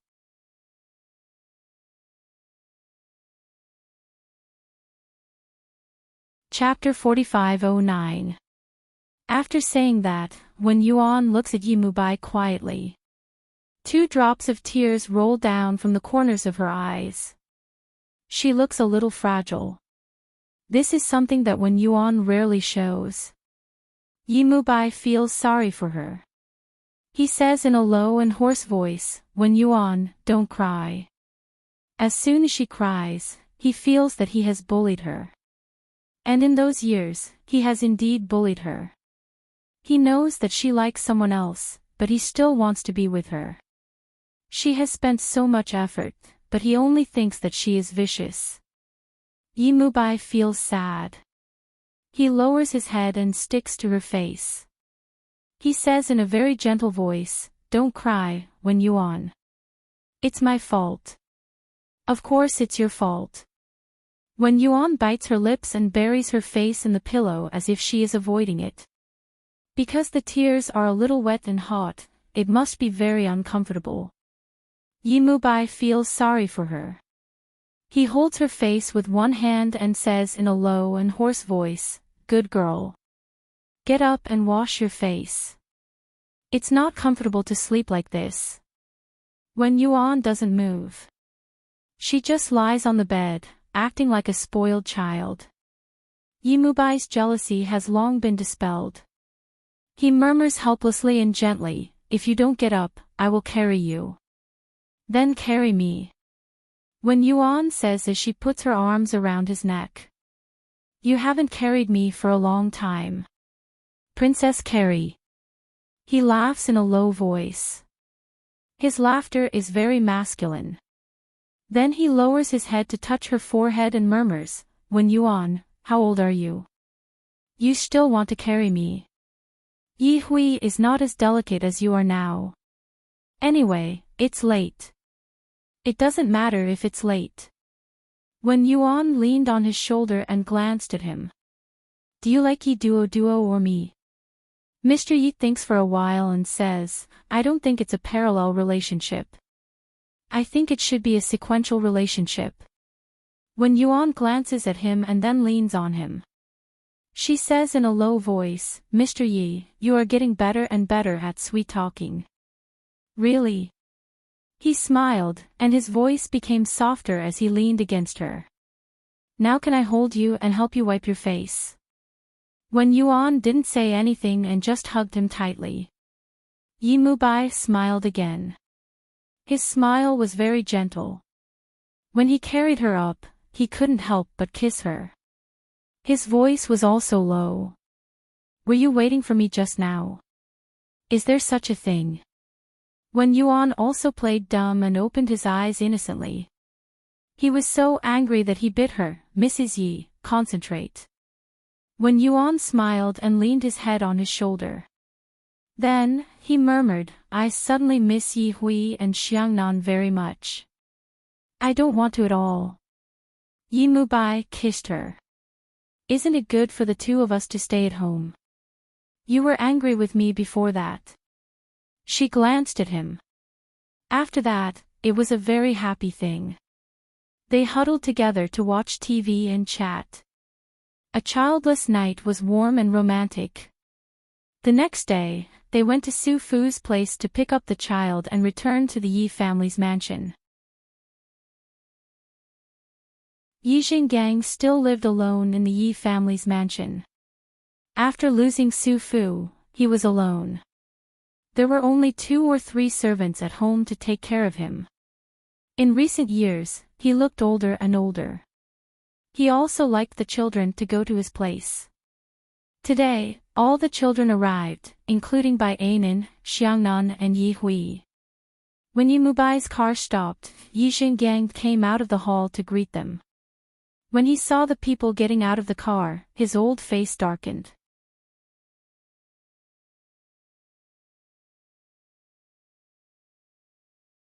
Chapter 45:10. When Yuan's voice was a little low. Dad still can't forget Mom. He looks quite lonely. At this moment, the two children had already run over. Yi Mubai stopped. When Yuan tilted his head. Why aren't you leaving? Yi Mubai's voice was low. What I want to say is, if it were me, I wouldn't be able to forget her either. When Yuan looked at her. What did you do to make me leave? No. Yi Mubai smiled and put his arm around her shoulder. I wouldn't dare. As he said this, he brought her over to Yi Xinggang. Yi Xinggang had just finished giving the children red packets. At this moment, he took out a thick one and gave it to Wen Yuan. Thank you, Dad. Wen Yuan smiled and accepted it without refusing. Yi Mubai, who was at the side, stroked her hair to show his appreciation.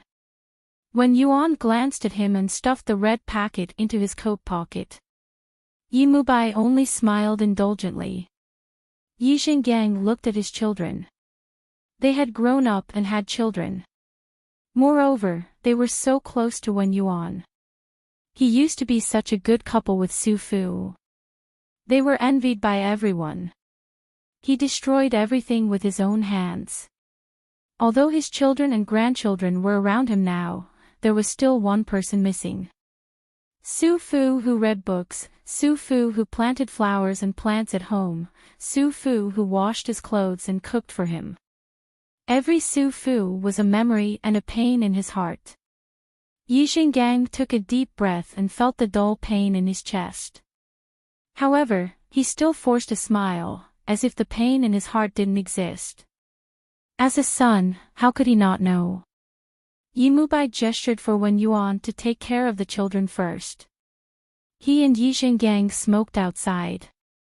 After the father and son smoked 2 cigarettes together, Yi Xinggang said in a hoarse voice, "How is your mother? How is she?" Yi Mubai knew that he had let it go, so he patted him on the shoulder. "I'm fine. He even went to the gym recently. He looks quite young." Yi Xinggang was in a trance again. After a while, he said in a low voice, "Your mother has always been beautiful. She has always been like that. No one can compare to her." After saying that, he sighed. He sounded quite pitiful. Yi Mubai patted his father's shoulder again. "Why don't I find you someone younger and better looking?" Yi Xinggang rolled his eyes at his son. "Do you think I'm the kind of person who can't stand loneliness?" But as he spoke, he couldn't help but sigh. Then, he lowered his eyes, and there was a faint light in his eyes. He took a long drag on his cigarette and said in a low voice, "Mubai, if I hadn't, your mother would still be here. She should be fine." He loved Su Fu, but he broke her heart again and again. Su Fu used to love him like that, and she loved him much more passionately than she loved Hao Yun now. After all, they were a young couple. They gave everything to each other. He didn't cherish such a precious thing as time went by. And now, he had to suffer in regret and longing every day. His and Su Fu's bedroom was still the same as before. Their wedding photo had been broken by her once. He asked someone to fix it and hang it up again, but he didn't let anyone go in or see it. Because she was always someone else's wife. Yi Xinggang sighed again and didn't say a word. And Yi Mubai knew that. "Go in, Dad. Smoke less in the future."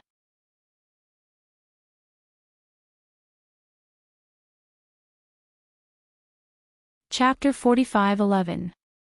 Yi Xinggang looked at his youngest son and let out a long sigh. "It doesn't matter if I smoke less or more." Yi Mubai was speechless, but he still walked into the living room with Yi Xinggang. Apart from Wen Yuan, Yi Mulin and Bai Shuili were there too. Bai Anan was also there, playing with Xiangnan and Yi Hui. Yi Hui was a little younger than them. She looked cute when she chased after them. The adults looked at the three kids and thought they were very cute. Among the kids, Yi Hui was the prettiest. She inherited Yi Mubai's perfect appearance and was as delicate as a porcelain doll. Bai Anan was much older. She was about 10 years old.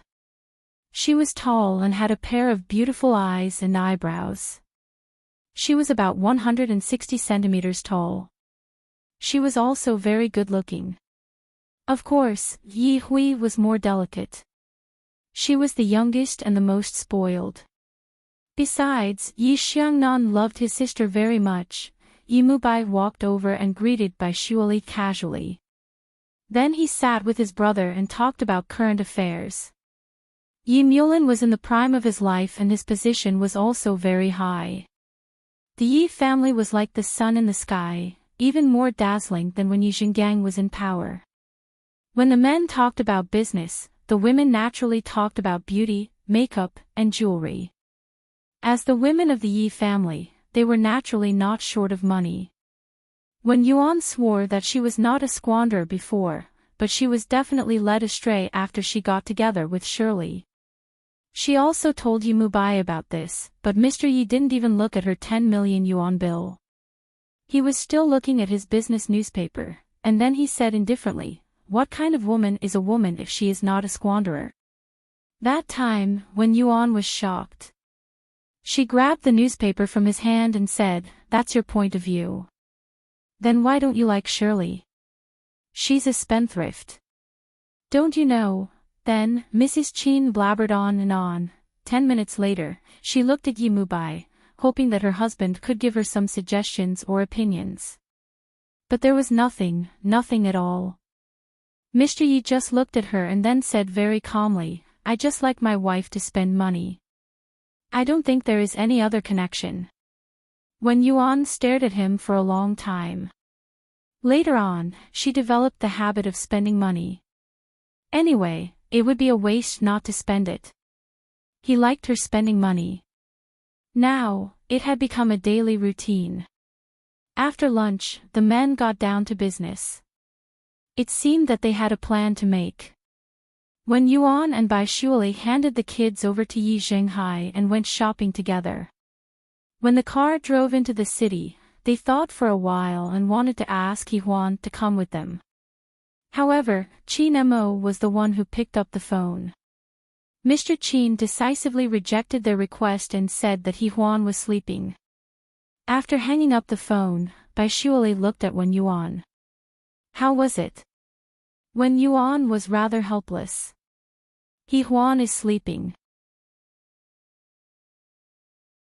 Bai Shuali bought a cup of milk tea and stared blankly as she drank it. After about a minute, she said in a low voice, "It's 3 in the afternoon. Why are you sleeping?" "Aha." When Yuan was still smiling. Qin Mo said that they are on their honeymoon. Yi Huan might take a long nap this month. Bai Shuali couldn't help but complain, "Do you have to be like this? Who hasn't been married, divorced, or remarried? Qin Mo is almost 40 years old, yet he's still so lovey-dovey. How shameless. He's really blinded by lust." When Yuan, look at how hard our men work to earn money for us to spend, type Panda Literature into the search engine to find this site. Thank you. Chapter 4508. Chapter 4508. You don't care that I have 5.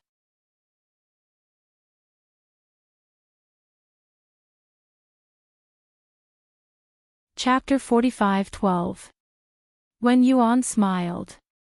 He was too embarrassed to remind Bai Shuali how much of a beast Mr. Yi Mulin was. Everyone had a tacit understanding, but Shuali still dared to speak so righteously of Qin Mo. Her heart was really big. At this time, Yi Huan couldn't go, so the two of them went shopping together. They both had jobs, but the salary was not high, so the cards were all from the Yi brothers. They didn't even blink when they spent money. Shallow and greedy, these were Bai Shuali's labels. She was used to being a rice worm, but now, she was slowly recovering. Yi Mulin had bought the publishing company for her, and she was slowly getting lazy.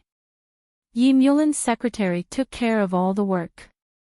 After a whole afternoon of shopping, they didn't eat out.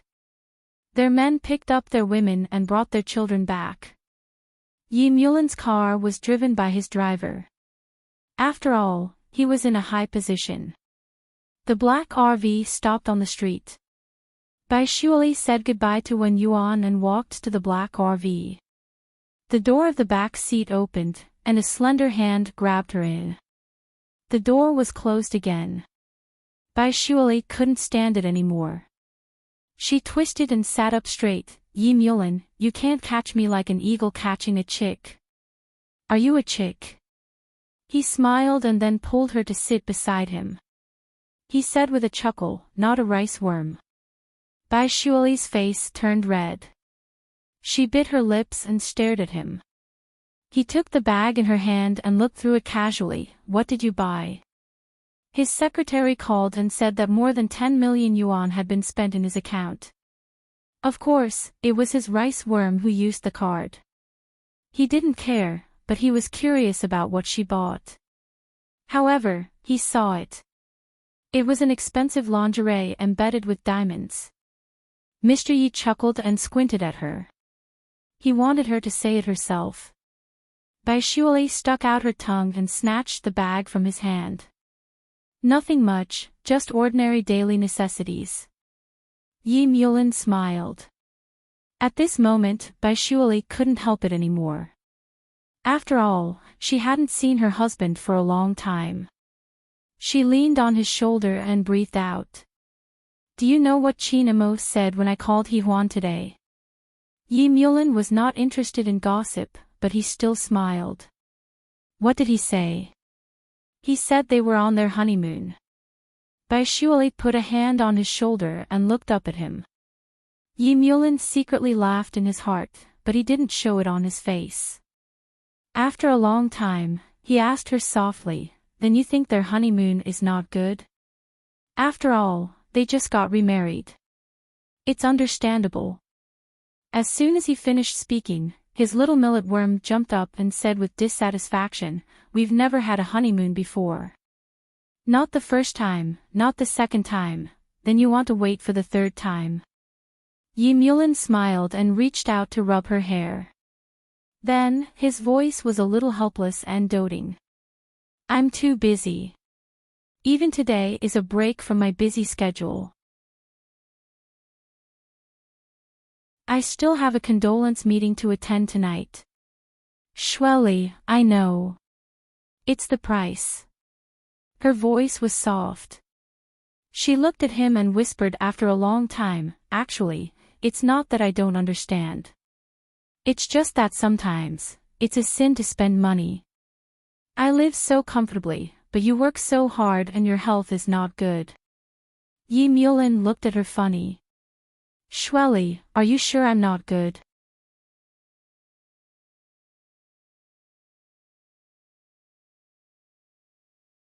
Chapter 45:13. She looked at him and said after a long while, it's not as good as before. You always have a stomachache and your secretary doesn't know how to remind you to eat. Mr. Yi laughed again. His voice was hoarse and a little flirtatious. After a long while, he said in a low voice, Shuali, it's good now. I'll remember to take the medicine. You coax me every time. She said with dissatisfaction. Then, her eyes were glistening with tears. She had always been useless. She was already an adult but she still cried. In the car, in his arms, and even in front of Bai Ainen. There were 2 seats at the back of the car. Bai Ainen was holding a tablet. She had long been used to her mother crying. Sigh, Mrs. Bai Shuali, who used to be very persistent, became very fragile after she got together with her father. Perhaps this was how a spoiled woman behaved. Bai Ainen chose to let her father coax her mother. Her father was very good at coaxing her. Usually, it would be a three-pronged strategy. First, he would coax her, then he would kiss her. Later, she would stick to the door of the room and eavesdrop. Her mother would still cry, but she would be fine the next day. She and her father were even more loving than before.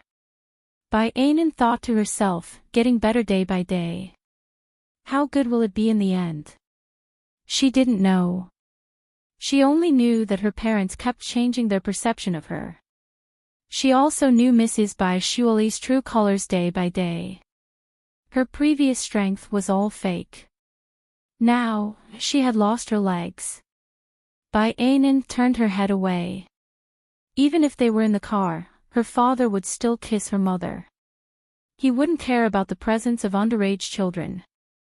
She didn't want to be taught anything about French or American kisses. Dad, you can do whatever you want. I can't see. Bayanan said considerately. Yi Mulin felt that this child's IQ was 100% inherited from him. Fortunately, she had her good looks. He murmured beside Baishuali's lips, I have to go out for about 3 hours after I send you home. Are you going to wait for me? No way. Baishuali stuck out her tongue. Then, she put her chin on his shoulder and wrapped her arms around his neck. She sounded a little disappointed. Yi Mulin, when can we be together? Even if it's just for 3 days. He was very busy. It was good enough that he could stay at home for 8 hours a day. This must be the price. He never gave up, nor did he regret it. She had no right to complain, because he was the one who had sacrificed the most. He had given up his favorite career as a lawyer and spent so many years of effort to be with her. Yi Mulin, have I ever said that I love you very much? She whispered. Yi Mulin smiled and looked down at her. What do you love about me? You're pretty and rich. What I like the most is your money.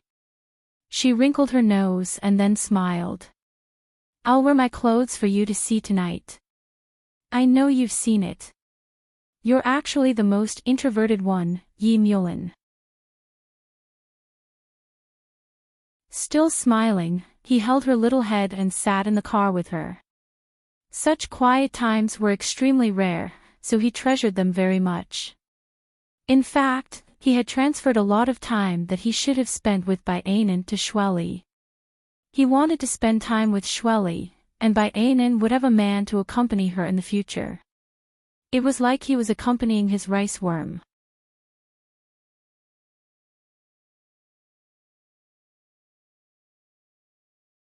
Chapter 45:14.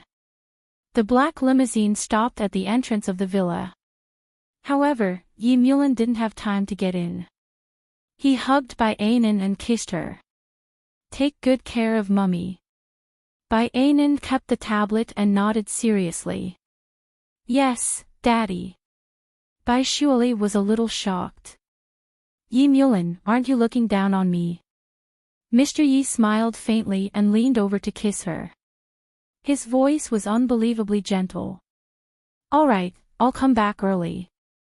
Bayanan had gotten out of the car a long time ago.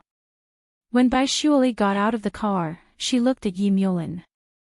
He looked back at her and said in a low voice, I'll try to come back early. She nodded and thought for a while. Don't drink too much. Then, she grumbled, every time you come back after drinking too much, you don't even take a shower and want me to clean up for you. Initially, she wanted to say more. However, she knew that he had something to do and had to leave. Hence, she said in a soft voice, hurry up and go. I'll try not to sleep and wait for you. Yi Mulin reached out and held her hand. Then, he said in a low voice, sleep early if you want to sleep. Otherwise, he would really feel heartache. No matter how reluctant he was, he still closed the car door. The black limousine slowly drove away from the villa. Baishuali stood at the original spot and looked at the car. After a while, Bayanan waved her hand from afar. Mummy, can you come in? It's very cold outside. Also, it was a little silly to look at the car like this. Baishuali turned around and looked at Bayanin. She said softly, "Are you cold?" "I don't feel cold." Bayanin rolled her eyes and said with a line from the TV, "Mummy, you're really full of love." Being a Mother Chapter 411, The End of the World.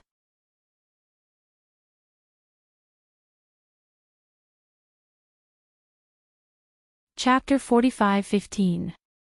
On the television, there was a drama that she liked to watch. But now, she wasn't in the mood at all. She just leaned on the sofa lazily, thinking about him. At around 8:00, there was a news broadcast in the middle. At 5 minutes and 6 seconds, there was a scene of Yi Mulin consoling a certain group of people. He wore a dignified coat and looked natural in front of the camera. Of course, among the group of old men, Yi Mulin's looks and aura were outstanding. He always had an unconcealable scholarly aura, which was inherited from Su Fu. And over the years, he had become more and more mature. Baishuali could feel it even through the screen. It wasn't that she wasn't worried at all. After all, her man had a high status and was so good-looking. But this worry would only last for a few months, because he would eventually come home. No matter how late, he would come home. Even if he could only sleep for 2 hours, he would still come home early in the morning. He would wash up and lie beside her, hugging her. Even if he didn't do anything, just hugging her was good enough. Slowly, she understood him. Although she was still a fool in his heart, she learned to love him. She started to reduce her work.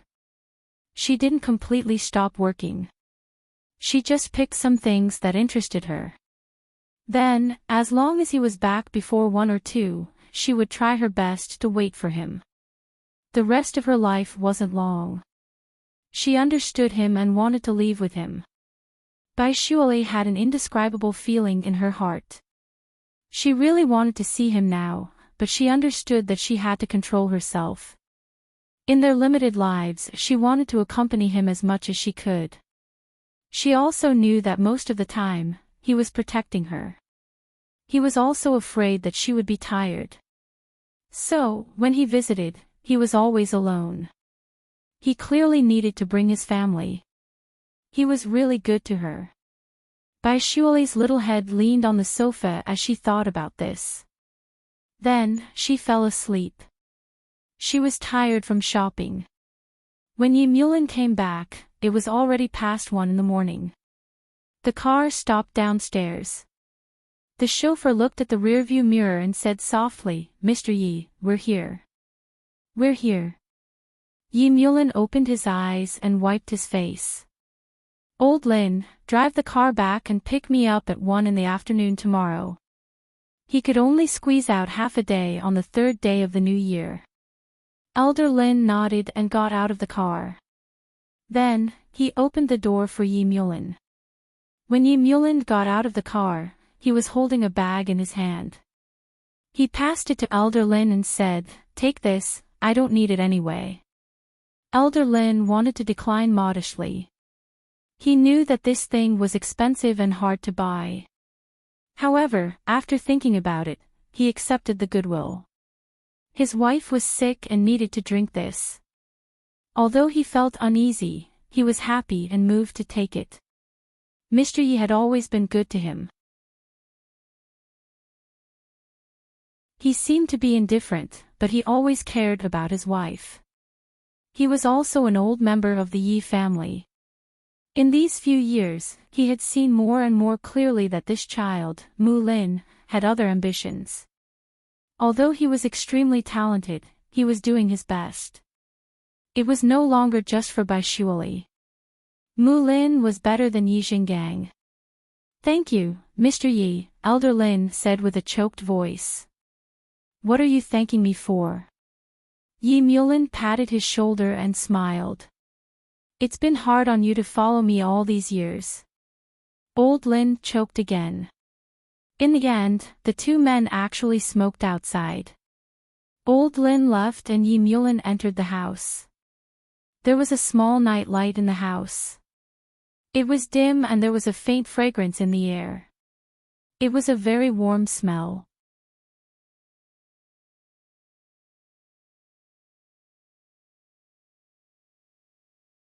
Chapter 45:16. Old Lin left and Yi Mulin entered the house. There was a small night light in the house. It was dim and there was a faint fragrance in the air. It was a very warm smell. Yi Mulin gently took off his coat and threw it on the sofa. Then, he sat down and smoked a cigarette to calm himself down. He thought about what had happened that night. To put it bluntly, it was a conspiracy. It was inevitable. It had become his daily routine. Xiao Bai couldn't survive. In the time it took to smoke a cigarette, he had calmed down and got up to go upstairs. It was quiet in the corridor. He could vaguely hear the sound of the television.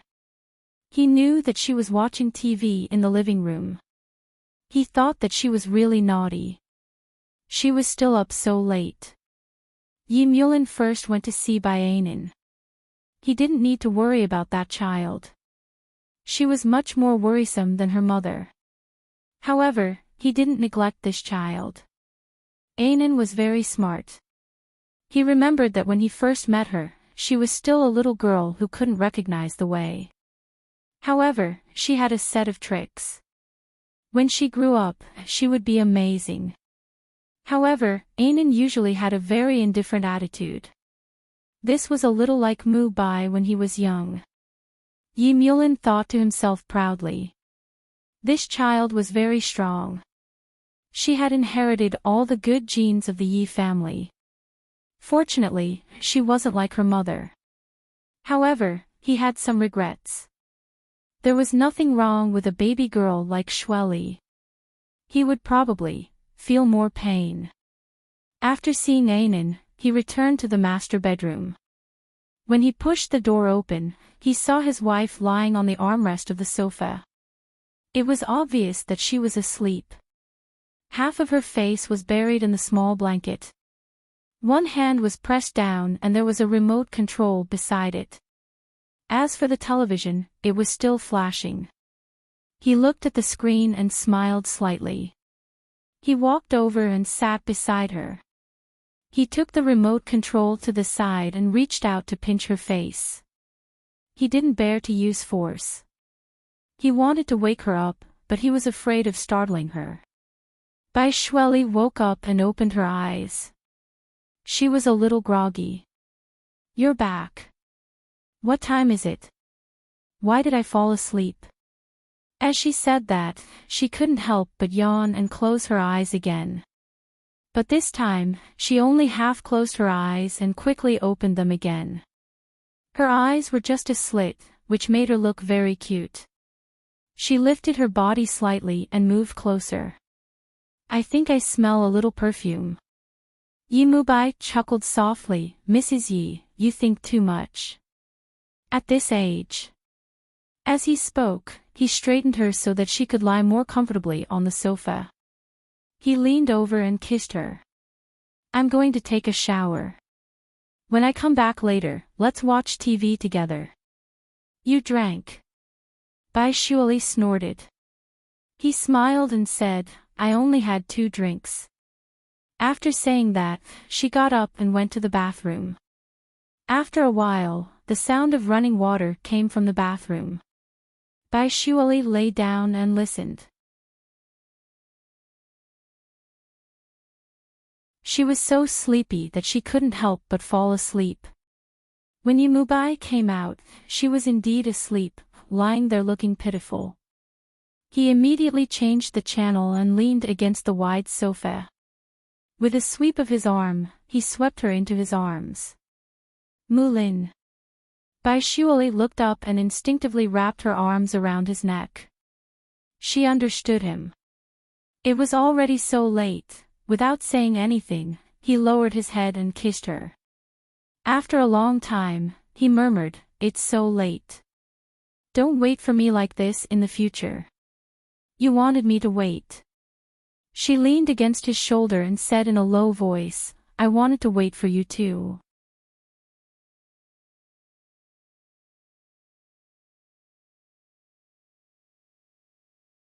Chapter 45:17. As she spoke, she was probably a little embarrassed. She buried her face in his neck, and he chuckled. That night, she simply slept on the sofa. The night was quiet and sweet. She slept until 9:00 the next morning. Baishuali woke up and looked at the enlarged Jun Yen in front of her. For a moment, she was still a little confused. He was still here. She pinched his thigh. Of course, it was Yi Mulin's. In this way, it was hard for a man not to wake up. Yi Mulin opened his eyes and swept her into his arms. His voice was also low. Let people sleep for a while early in the morning. Then he kissed her with thin lips. I was very tired last night. Baishuali blushed. Then, she obediently lay in his arms and let him sleep for a while. However, the man who said he was going to sleep opened his eyes again after closing them for a while. His voice was a little low. Forget it, I'll get up and make breakfast for you. As soon as he moved, she quickly hugged him. I'm not hungry. Yi Mulin smiled and said, Shall I sleep with you for a while? When are you leaving today? Baishuali lay on her stomach and looked up at him for a while. Her eyes were a little nostalgic and a little like a little fangirl. Because he was very good-looking and charming. Baishuali reached out and touched his chin gently. When are you going to retire? She asked in a low voice. Yi Mulin lowered his head and ignored her little hand. His voice was full of laughter, but there was a trace of danger in it. What, do you think I'm old, huh? Then he whispered more dangerously, or did I dissatisfy you last night? She felt his threat at once and stammered, No. Then what is it? Yi Mulin chuckled again. Make it clear, Mrs. Yi. Baishuali was just a little white in front of him. She couldn't say anything for a long time. Yi Mulin teased her for a long time and felt that it was very interesting. Later, when he stopped, he sighed, It seems that we haven't been able to lie for a while like this for a long time. He reached out and played with her hair. I also want to retire early. N is old enough. We can travel around and make up for all the things we didn't do when we were young. If that was the case, he should have been happy, but at this moment, he felt especially sad. He was in a high position, but he had no freedom. Other than responsibility, there was only responsibility, and it was all for her. Baishuali lay in his arms and gently stroked his facial features with her fingers. Then remember to eat and exercise well. I'll be with you in the future. Yi Mulin laughed. I'm not a kid anymore. Mulin. Her voice continued to be soft. We've known each other for so many years. Actually, we've only been together for a few years. I want to do many things with you. Mr. Yi didn't buy it. He smiled and tugged her hair gently. What can we do together? Tell me. Song Yunxian smiled and pulled her hair gently. Tell me, what can we do together? I can. I'll do whatever you want. Little White said shamelessly before sticking close to him. I just want to follow you. Then, she heard him sigh. After a long time, Baishuali's voice was a little low. Mulin, can I accompany you when you go abroad or somewhere for a few days? You can let Dad or Mom take care of An for a few days. I want to be with you. His body trembled, and then he looked at her sideways.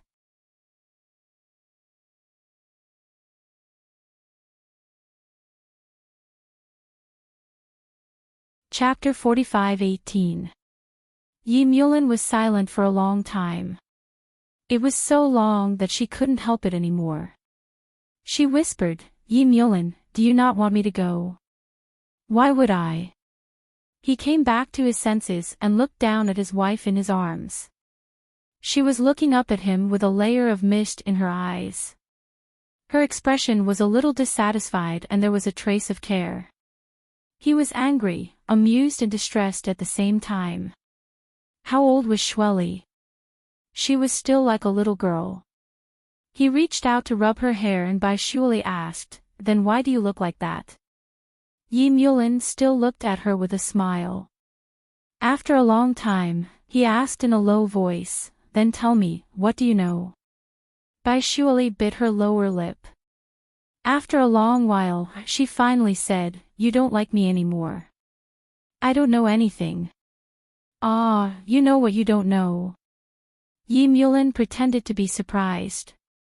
Then, she reached out her hand and hit him a few times, as if she wanted to vent her anger. He laughed. Then, she blushed and didn't say anything. She just lay there. Yi Mulin couldn't bear to keep teasing her.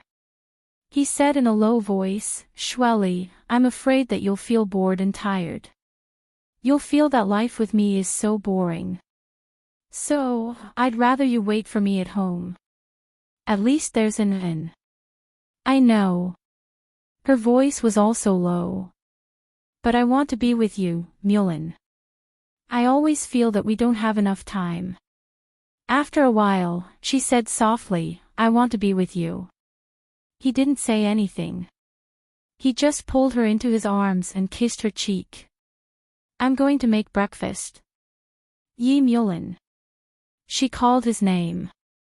Yi Mulin chuckled in a low voice and patted her.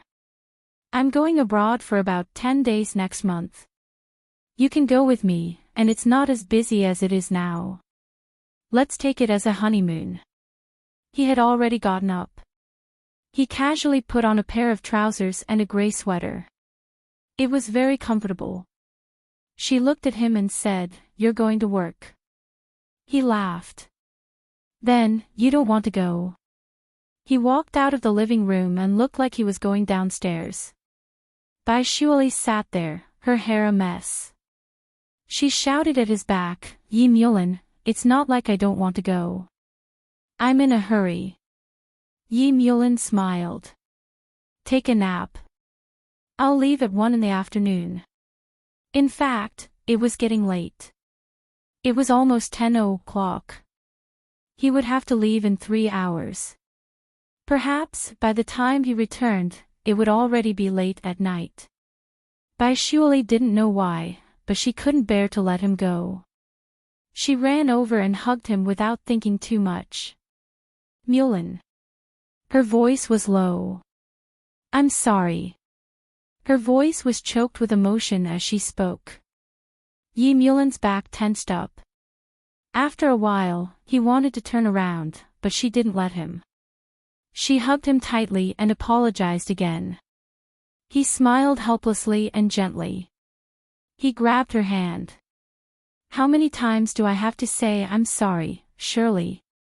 After so many years, I've long gotten used to this kind of life. Maybe it's just that I'm a little busy, but you're the one who can't let go. With that said, he pulled her back into his arms and lowered his head to kiss her. In the future, you'll follow me wherever I go.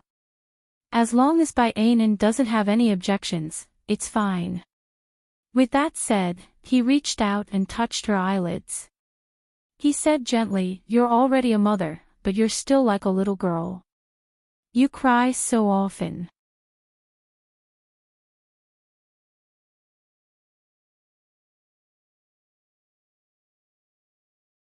Chapter 45:19. Bai Shuali bit her lip and said softly, I'm a little girl. He smiled and reached out to touch her little head. His voice was very soft. You're my little girl. With that, he felt an indescribable feeling in his heart. He hugged her and carried her back to the bed in the master bedroom. Be a good girl. Sleep for a while more. Bai Shuali looked at him. I'll make breakfast with you, okay? You can. Yi Mulin smiled. Just lie down. I'll do it. As he said that, he pressed her shoulder and looked at her for a few seconds before going downstairs. However, Baishuali couldn't fall asleep.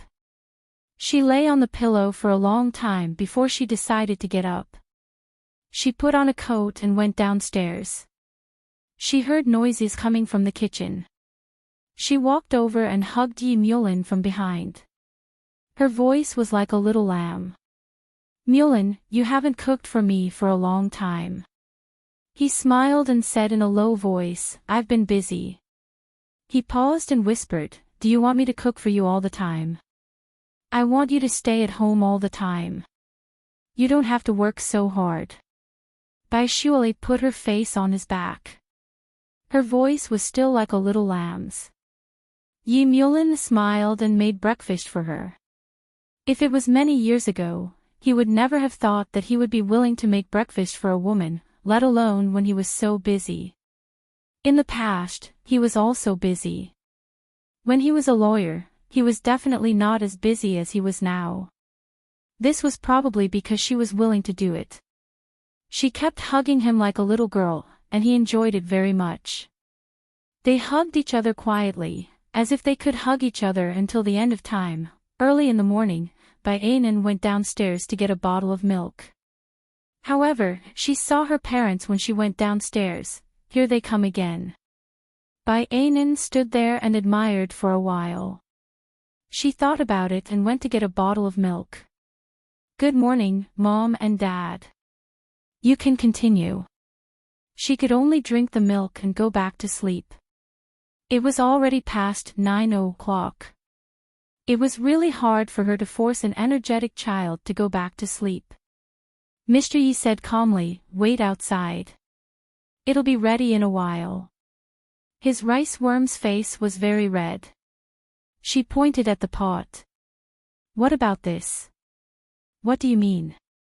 Mr. Yi smiled, wait outside. Baishuali went out pitifully. After a while, she came back again. Do you want me to help you wash it? You can. There was a hint of a smile in his eyes. Stop messing around. Go out and play by yourself. Only then did she nod in satisfaction. After walking out for a while, she turned around and said, by the way, Mulin, I've invited Xiangnan, Yi Hui, Yi Huan, and their mothers this afternoon. Mr. Yi took a sip of milk and raised his eyebrows. Isn't it said that Qin Mo is on his honeymoon? That's why I called He Huan over, Baishuali said matter-of-factly. Yi Mulin smiled. He really didn't know what to do with her. But no matter what, he still doted on her. She couldn't tell what was good about him, but it was probably good everywhere. Like new wife number 1, hubby, I'm addicted to pampering. New wife number 1, hubby, I'm addicted to pampering. Hit bar was the fastest to update.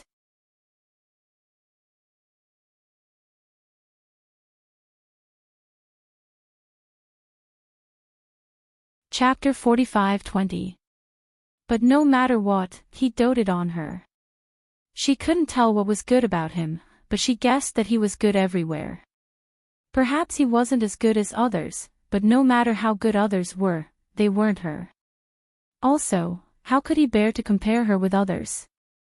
Yi Mulin smiled and continued to make breakfast. He was impatient for lunch, so he called the servants to come back and make it while he spent a beautiful morning with his wife. There was no scheming, no endless work. There was only Bainan. At noon, Yi Mulin answered a phone call to discuss some business matters. When he came out of the study, he saw Baishuali on the phone. He sat down and naturally wrapped his arms around her shoulders, listening to what she was saying. Baishuali didn't give up, so she called He Huan again and tried to invite He Huan over. Sit together. Yi Mulin looked at his little wife disapprovingly and gave her a look. However, Baishuali ignored him and continued to talk to He Huan with great interest. In fact, she was not very familiar with Yi Huan in the past, but among the people Bai Shuali knew, Yi Huan was a very interesting person. She usually looked serious, but she could get angry easily sometimes. When Yuan was too gentle and wouldn't fall for it. So, Yi Huan was a little more interesting. Actually, Bai Shuali didn't dare to offend Wen Yuan because old Bai would get even with her. Her husband was looking at her, so she couldn't make the call. She couldn't convince Yi Huan at all, mainly because Yi Huan had a very possessive husband behind her.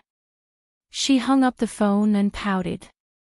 Yi Mulin, I lost a lot of fun after marrying you. He raised his eyebrows, looked at her, and let out a long, oh, sound. Really? I wonder who was the one who said that she was sorry and wanted to make it up to me. Now, it's no fun. That's because I want to meet Yi Huan. Didn't you see that she's on the hot search? She's so beautiful now. Women talk about beauty when they get together. Bai Shuali was very righteous.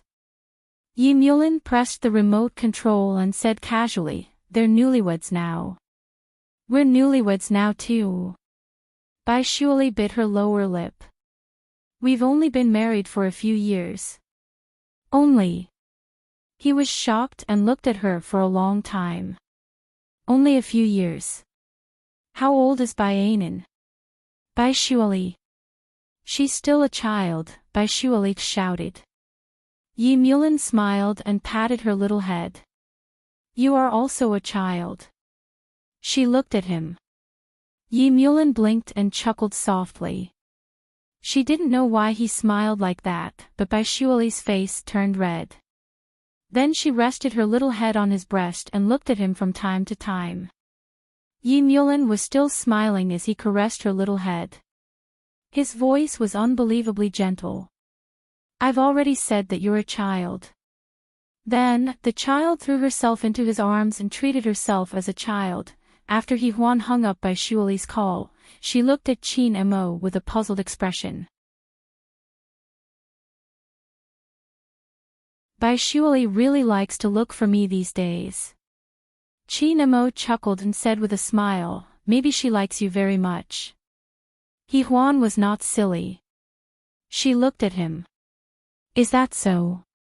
He smiled and lowered his head to kiss her. I'll go pick up Yi Huan and send her over. You can go with me. We can go out and play later. You can leave Yi Huan there for a night. Something happened at home. I'll update tomorrow.